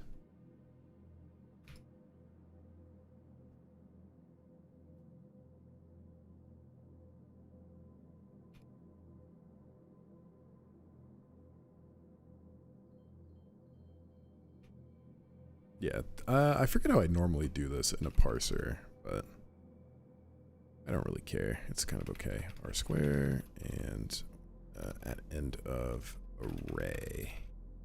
And there we go. Cool. So that works now. So we can go from a Jai struct into a JSON string and then reparse that into the JSON objects, like the JSON representation for the module, and then go back into a string, and they'll be the exact same. And I can verify that with a little assert of data equals JSON. Oh, to string data, to string JSON. Yeah, cool. So they both work perfectly. So we have successfully gone from a struct to a string, back into a struct, back into a string, and they have stayed the same. I think the only thing left now is the unmarshalling from a struct. Or unmarshalling from a string into a struct. Wait, can I actually just use my marshalling code? Oh my god, wait, do I just get this for free? Wait a freaking minute. Doing this reflection stuff is hurting my brain a bit. Yeah. It's kind of weird, generally. The only really weird part with it that you're going to run into is going from pointers and things and types that are pointers to the beginning. Yeah. The way I always have done it is if you can do basically do all the primitive types first, because those are the easiest, right? Like, for instance, mine just takes a void pointer. If I see a bool, I just cast it to bool. Integers, you just go through all the sizes, cast it to the right size, like the pointer to the right sized value, and then dereference it, and you get the thing. If you do all the base types, then all the primitive types, then the structs are just loops where you call the same function, and then arrays are the exact same thing. And then it's just like manually doing getting the offset. That's like the annoying part. But yeah, it is just weird code to write. It's like kind of opaque where you're like, what, how do I, like this just looks weird. So let's see, stir is JSON or to string. Oh, I gotta sneeze. Excuse me. I was trying to mute and I couldn't get there in time. My bad. So now what I want to do is do like my struct is JSON unmarshal. And I actually kind of hate unmarshal. I think I'm going to rename that because it's actually confusing me calling it marshal and unmarshal. Gotta say going straight to string is a little simpler. Oh yeah. Yeah, if you go straight to string, you literally just write the value. Like you can just print to builder the value and it's nothing, yeah. Big sneeze. My bad. Bless up, dude. Actually, yeah, thank you. Bless up. Yeah, I think I like JSON serialize and deserialize. Because at least to me that makes more sense. marshalling is like, it just sounds weird in my brain. But I think I honestly get deserialization completely for free. Let me make sure of this. JSON marshal, JSON serialize. Cool. So let's assert basic.assert. Okay. So if we deserialize adjust a string. Okay, that just gives our value. But what we actually want to do is go into my struct. And now we are hitting the right function. Okay. Yeah, and to get this for free, all we simply do is because we now have a string of JSON, I think we just call JSON deserialize of the string. And we just say JSON Derulo, okay. If not okay, return at 0, okay. So there's that bit. And then I think we just do JSON deserialize JSON serialize? Oh, okay, no, I don't think we actually get it for free. Because we get a string, we get some string JSON, we want to put that into a struct, and I was hoping that we could simply call serialize. I guess we kind of can. Yeah, no, because we're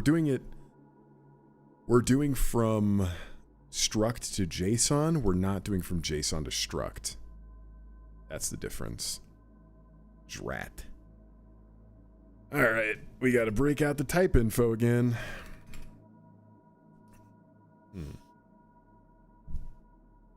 And actually, because this is a one-line function, I'm just going to move it into here. Or, yeah, like this. And this will be called JSON serialize with info. JSON serialize, JSON serialize, JSON serialize with info. Perfect, okay. And then we will do the exact same things. We'll do, so we deserialize it into a JSON value struct, and then we just need to, not again, boss, please. I'm with you there. T type info, and we need to do a little JSON deserialize with info. And that'll give us the info of type info, and that'll give us a pointer to a void pointer. And that'll just return a Boolean. Because we only need a Boolean to say if we deserialized it properly. How are you getting the counts from the arrays? Did you see any comment? Yeah, so in the array code, I'm doing two things. So I get the type info array, and I check the array type. If it's a fixed array, we can just get the count directly from the struct, and then all we have to do is get our void pointer, cast it to bytes, and then do the offset manually with the type info array element type runtime size. And that'll basically do like an array index for us from the array base. If it's a view or resizable, all we have to do is cast that to a or like an array, like a pointer to an array view. I don't even think it really has to be a pointer, but I don't think I can do this in Jai. Yeah, I can.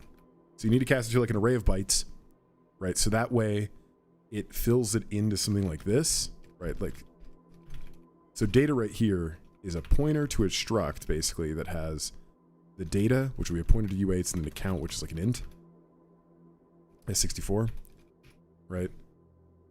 And then it's the exact same thing as the top one. Yeah, and then we just do the exact same thing. So you have to like cast it to an array just to read the size. And then you're good. So I think, so this should be, it won't be that much easier. So if info, we need to do a little Boolean. Okay is JSON deserialize with info, t type info, and then a value, a pointer to our 0. And then we just return, yeah, out like this. Ooh, and I can use my fun little macro, default of, no, 0 of, right? 0 of, yeah, 0 of t. Oh yeah. Yeah, no problem. Cool. So, all right. Once again, if info.kind type is a string. So this one will need to allocate because I don't think it's smart to just do like a blatant, like a random copy.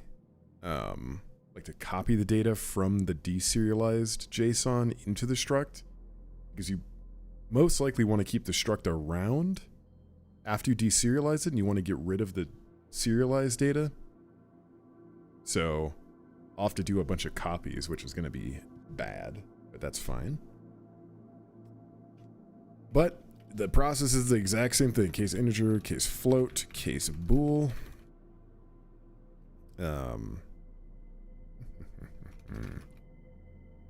Oh, we also need to pass in the JSON. Okay, it's going to be a little more complicated. JSON value. JSON. Because what needs to happen now is we need to check for errors around deserialization. I might save this actually for another stream, because this is a little more interesting, and the error handling is a little crazier. But I'll get the main part done. I guess the easiest way would say, oh, okay, yeah, we can actually do this way easier. So we can do if JSON.kind is case null, then we literally don't do anything because our pointer is already a 0 value. So we just return false or true. If it is true, right? Yeah, true. Then pointer. We need to say if info.type not equal to bool, return false. Oh, none. Whoops. Oh, because these are, yeah, these are JSON value types. Okay. And then we'll just do assertions for now. Basic.assert info.type equals bool. Cannot deserialize boom into boom. And that'll be cannot deserialize JSON, I guess, bool. JSON boolean into info dot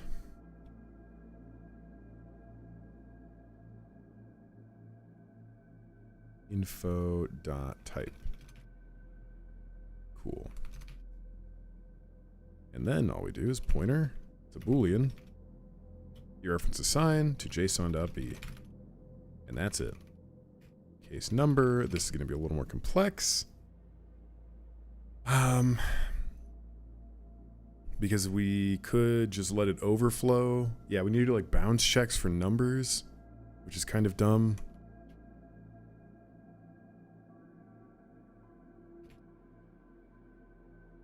So let's just do basic.assert. Actually, if info.type integer float, and that's it. Info dot type info integer f info type. Actually, we don't need the float info.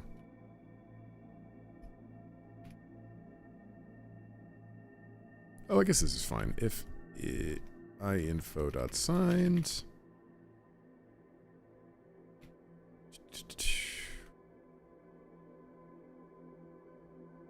And then let's make sure we're printing that struct afterwards. My structs. Cool.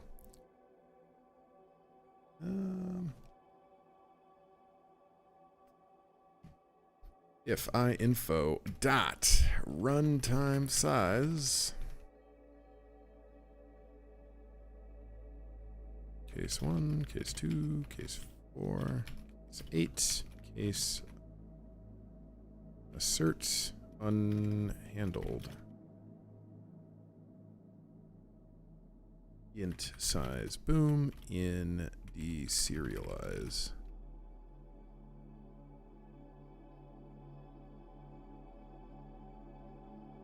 And this is going to be all that same freaking code we just wrote. Pointer dot us8 star is json.n.cast to the same thing. S8 S 1632. Yeah, and there's some definite problems with this code right now, actually. There are some definite problems. Because we're not handling like overflow, we're not handling a bunch of stuff. Right, we're just casting it directly. So that's a problem. Maybe that's actually okay, because then the compiler will catch that error, or the runtime will catch that error. The tiniest runtime that does cast checking. I'll do that. So what we'll do to do, bounds check to make sure this is safe. Oop. And then we do a little, we just swap all these to use. There's that. Now if it's a float, we literally just check the info runtime size, case 4 and case 8.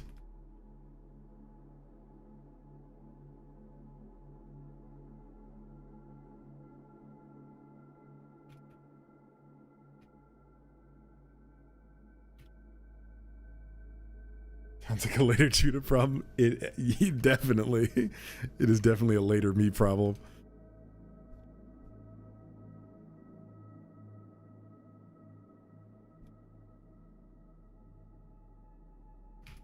Cool. So now we got that. So we got booleans, we got numbers, we need strings.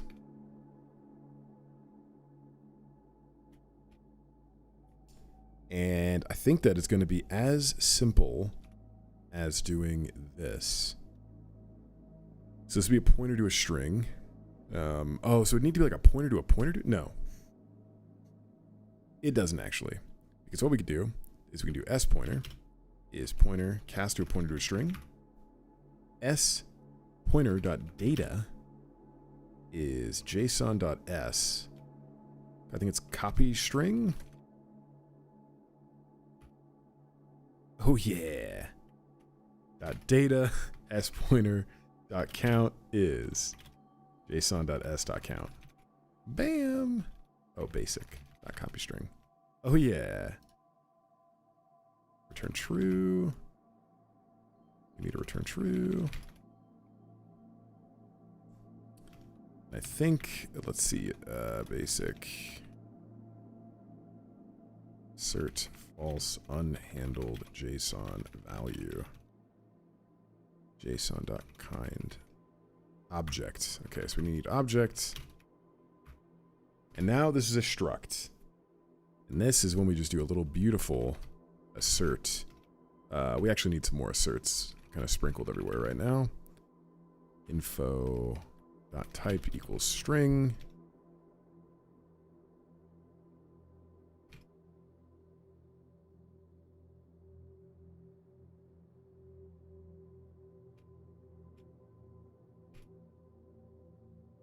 So let's just ignore object. Oh, well, I guess object is the only one we care about right now. And then array. So I think, yeah, we'll need to handle arrays the exact same way, which is going to suck, but that's fine. So we need a basic assert info.type is struct. Bada bing, bada boom. Cannot deserialize JSON object into blank. I cannot serialize JSON object into struct. Whoops. Okay, sinfo time.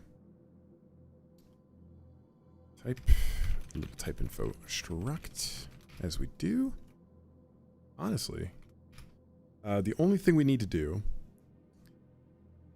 and this is where the serialization or deserialization actually comes in to play, is like required values versus optional ones. So like most JSON deserializers will have some shit like this, like JSON.optional, right? Which is, hey, when you're deserializing, if this thing isn't there, it's not an error. But then they'll also have the opposite, which is required, right? Or maybe that's the default. So that's something to look at, something to think about. But I don't actually care about that. I think I want to do permissive, where it's just, hey, if I don't find it in the data, ignore it. If I do the thing. So sinfo.members. And then we need to do like found for JSON dot o object dot keys if it dot name equals it. So this needs to be like mem. This needs to be, yeah, that could just be it. So if if it equals mem.name, found is true, and we break. If not found, continue.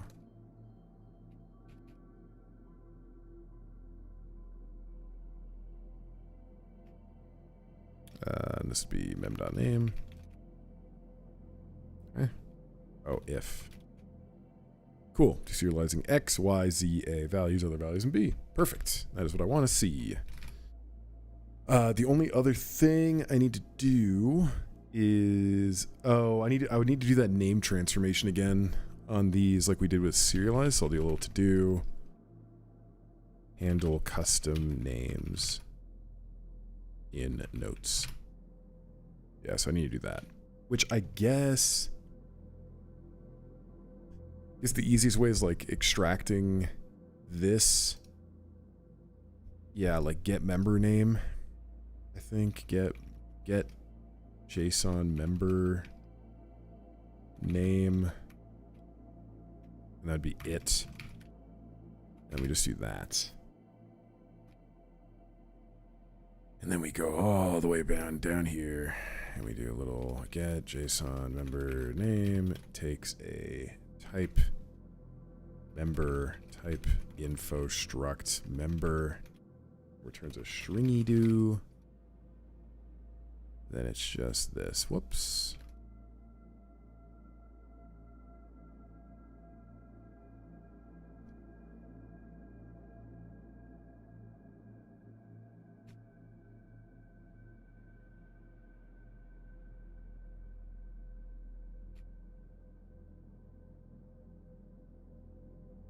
Oh, if member.notes if it member.name.data? No, it.name.data. It.data, it.count. Cool. Yeah, okay, well that works, I guess. So we can just say name is get JSON member name, it, or mem, or object keys if it is name. Cool. So now if I go back to the X and I do JSON custom name for me Nice. Perfect. That's what I wanted to see.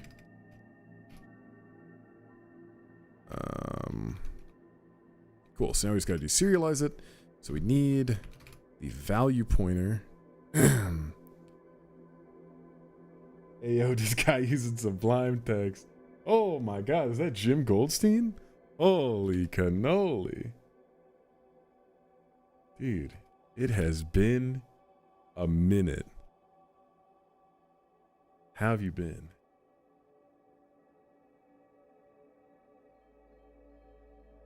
Alright, so V pointer, we're going to cast that to a pointer to a U8. And then we just do a little JSON. What the fuck did I call this? Deserialize with info. So we need the field pointer. And we do a little V pointer plus, you know, the mem.offset in bytes. And then JSON deserialize with info, mem.type, the JSON value. Oh. Ooh, that's a bit rough. That's a bit rough. Dude, I've been good. I've just been writing a lot of Jai code. Yeah, just working, writing a lot of Jai code, doing a bunch of shit, you know? The same I have always done. Doing weird shit that I don't end up shipping anyway. Oh, okay, so we need a value. Boom, value is one of these. JSON value. So if we find it, we do value is JSON object dot values it index. Dude, how is I'm trying not to give any info away, you know what I mean? I'm trying to ask how you're doing without, you know.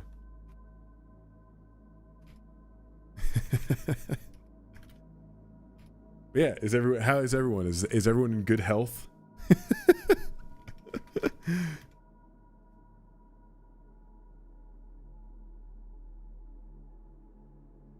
JSON array into info.type. This got to be a little fat array. Hell yeah.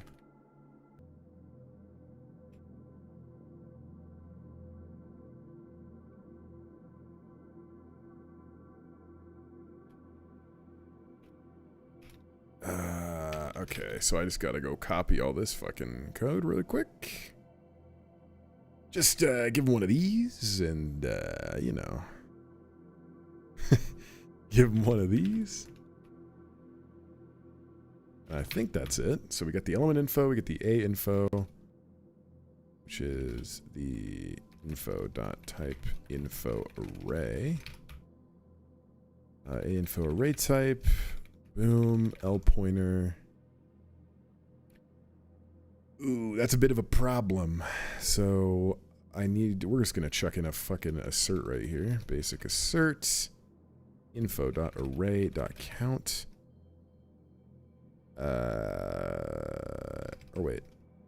JSON.array.count is less than. This guy's line up his operators. You know I'll be aligned. Yeah, I'm an alignment fiend. Oh yeah. Info array count. Okay, and then. Oh, that's actually so fucking bad, actually. Wait. Okay, this is where I was going to run into the problem. I knew this is where it was going to happen. So JSON is not. There ain't no types. So the problem is, or it doesn't map well to strongly typed or statically typed languages. So the problem is that the fields could be any type, and I need to know the runtime size to get the right offset to like mem copy. Oh, actually, we're just gonna do one of these then. Now that I'm thinking about it, so it's our V pointer, little mem copy. If you're trying to do weird shit, that's on you in this, you know? So we can do a little L pointer. We do a little JSON dot values dot array dot val. Oh no, because then I also need. Do I just call JSON deserialize with info? L pointer? L info dot type? L pointer? Or JSON dot. Yeah, okay, we do this. We do one of these. JSON dot array dot val dot it index. Hit him with the value. Hit him with the L pointer. Turn false. Boom. Bada bing, bada boom. Bada bing, bada boom. Nope. Okay. It. Bada bing, bada boom. Come on. What's type info array element type? Oh, that's already the L type info. Duh. Okay, cool. And then if it's a resizable array, now we're fucked, I think. Unless, wait a minute. Wait a gosh darn minute. Yes, we actually are kind of fucked. Because we won't know the size of the elements, because they could be any type in the JSON object. That's a bit of a problem.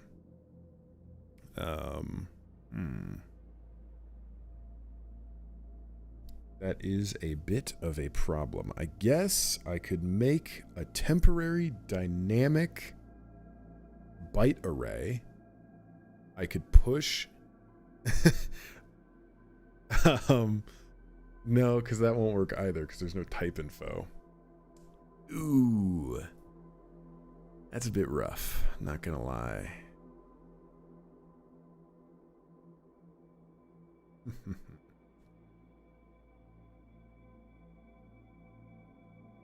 We're just gonna do a little basic insert false. Dynamic arrays not supported right now. Yeah, I can hear the gears churning. They are definitely churning, I'll tell you that. A little too much churn. What the fuck? Oh, because it's also reviews. Oh no.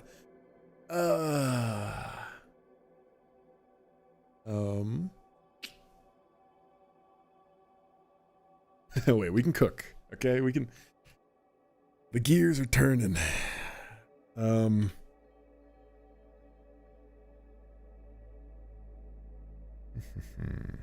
Okay, actually, this might be fine. The only problem is I do not know.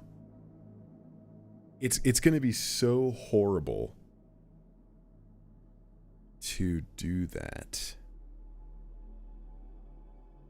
Yeah. It's actually going to be horrible to write this code, because I will have to handle. I need to break all of this shit out. Oh, that's so annoying.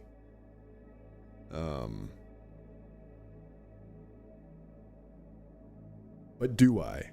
He says. But do I? Okay, let's try this. Temp is a dynamic array of bytes or JSON dot array. Dot array, right? Nope, just one array. Okay. So we loop through all those. And okay, yeah, this could work. So we need to do for linfo.runtime size from 0 to that minus one. Append to temp a 0 byte, because they all need to be contiguous, which is actually unfortunate, because I would like to just yeah. Oh wait, am I dumb? I am dumb. Putters like so, we'll do data basic.alloc, right?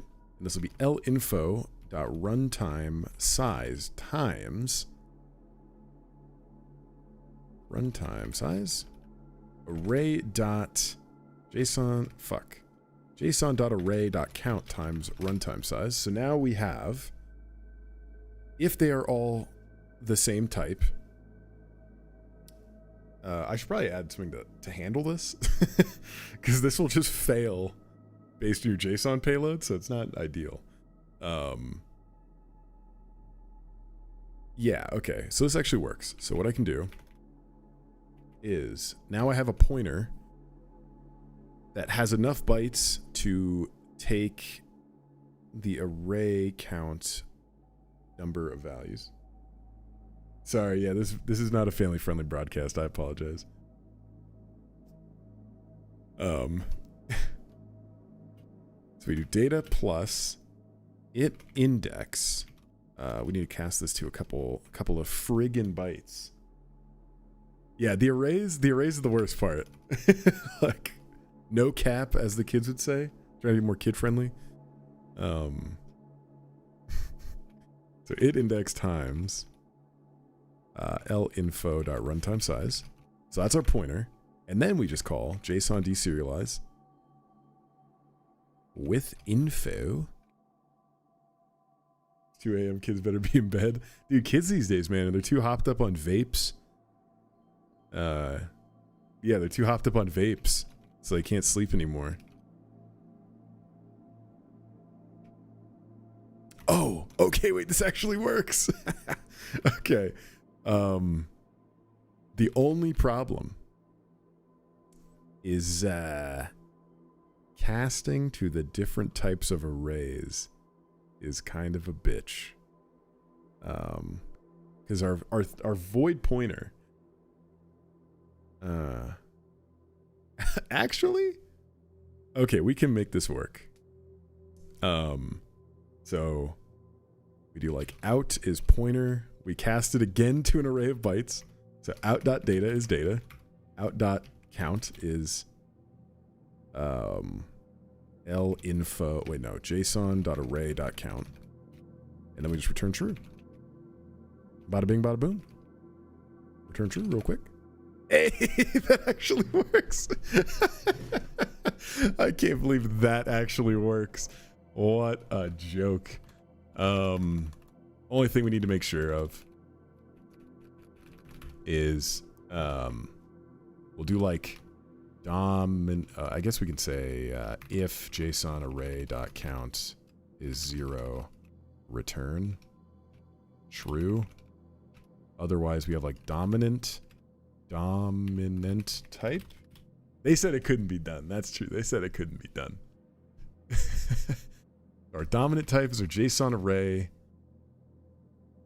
I don't want to do like an is type compatible with function. That's ass. You know, that's where we pretend we're doing something. And we do one of these. And we say, verify the JSON array is homogeneous? Homogeneous? Homogeneous? Yeah. Homogeneous. Homogeneous. Perfect. Okay. I think it's kind of the same thing with our resizable arrays, actually. I think once again we can copy these. The only thing is we are not going to set the allocated, which is a bit of a problem. So we do a little quick branch in here. So if a info.array type is view, then we do this. Otherwise, it is a dynamic array. And so we need to set out.allocated, which I think is just the number of allocated values, not the number of bytes allocated. Hey, but it works. Okay. So we got 1, 2, 3, 4, 5 other values, 10, 20, 30, 40, 50. And now, this is the real test. We do a little JSON serialize. Boom. We do a toString. Boom. Look at that. So, we are going from... let's see. So we are going from a struct into our format, or into the library JSON value struct. Then we're going back to a string. Then we're going back into a struct. Then we're going back into a string, and we're good. So we're going through every system like multiple times, and the data is the same. And that's what I'd like to see. Perfect. Let's make sure that our custom name shit works. JSON X underscore it works. Nice. Look at that. Perfect. Just a string.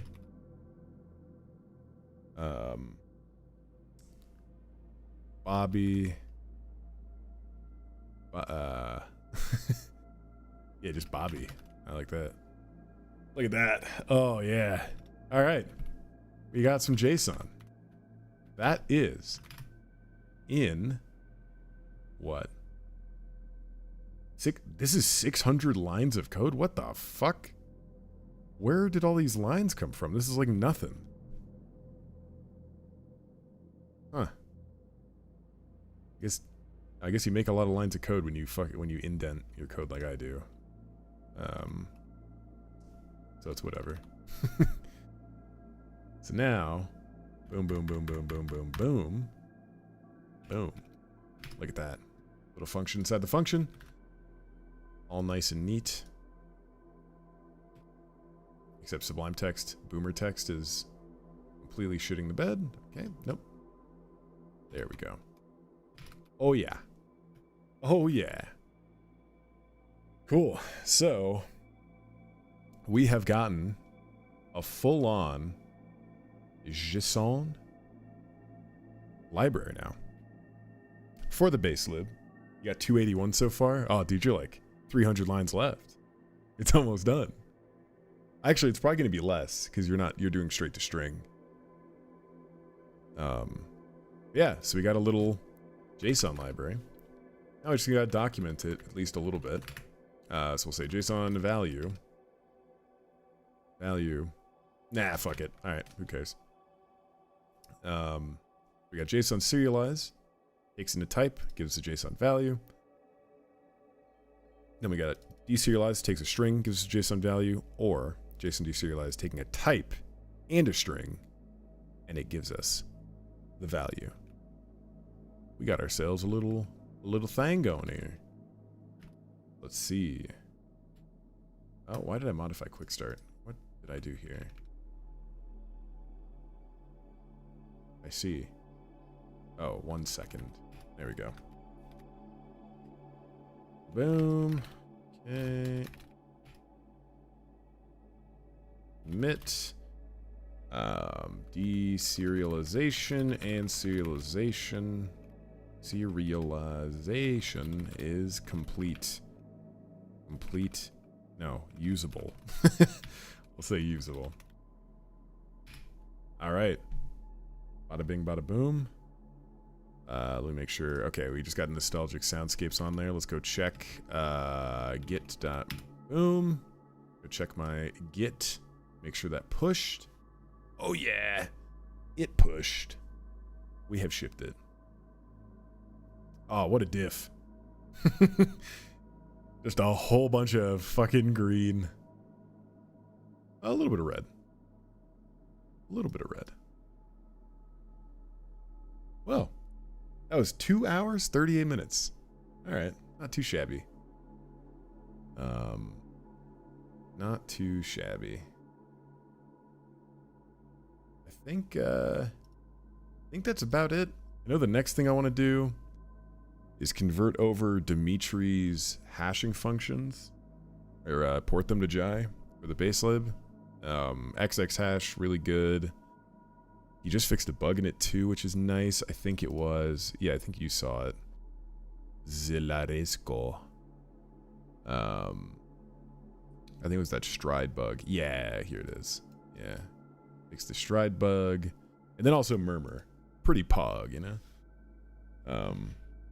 Yeah, so I think the next thing I want to do next, I'll probably stream again tomorrow.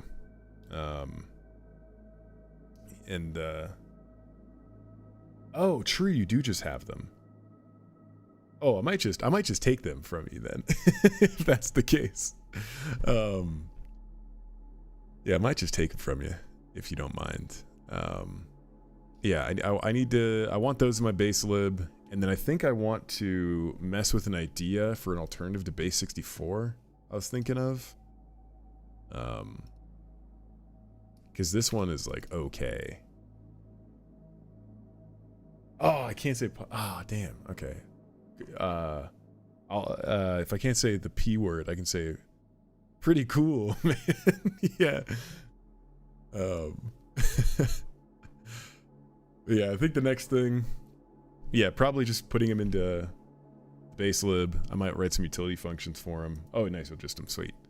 Yeah, and then I want to try out a different encoding, like a base 28 or something like that. Something fun. But I have an idea for cool, like variable width encoding. So I want to give that a shot. But besides that, yeah, so-called bindings would be next. So-called GFX. I need to port those back over and put them in my base lib, and then, yeah, then we can go. Then I can start trying to replace the Jai basic library with like the string builder and stuff.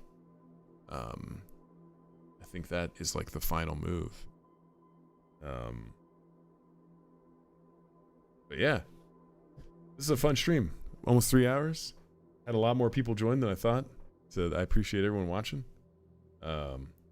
Senior Jim, I will be texting you. I'll reinstall Snapchat because I was looking and I don't think I have your phone number, so I'll just reinstall it. And then I'll message you. But yeah, guys, thanks for watching. Hope it was somewhat entertaining. I'm not a streamer. I only did this so I could put the VOD back on my channel, because people filled out the poll on the channel and they said they liked the VODs. They like shorter uploads and but VODs. So, you know, I'm doing that. But cool. I hope everyone has a good night. I'll talk to y'all later. Peace. I don't know if I need to wait for it to catch up on stream. So I'll wait a sec.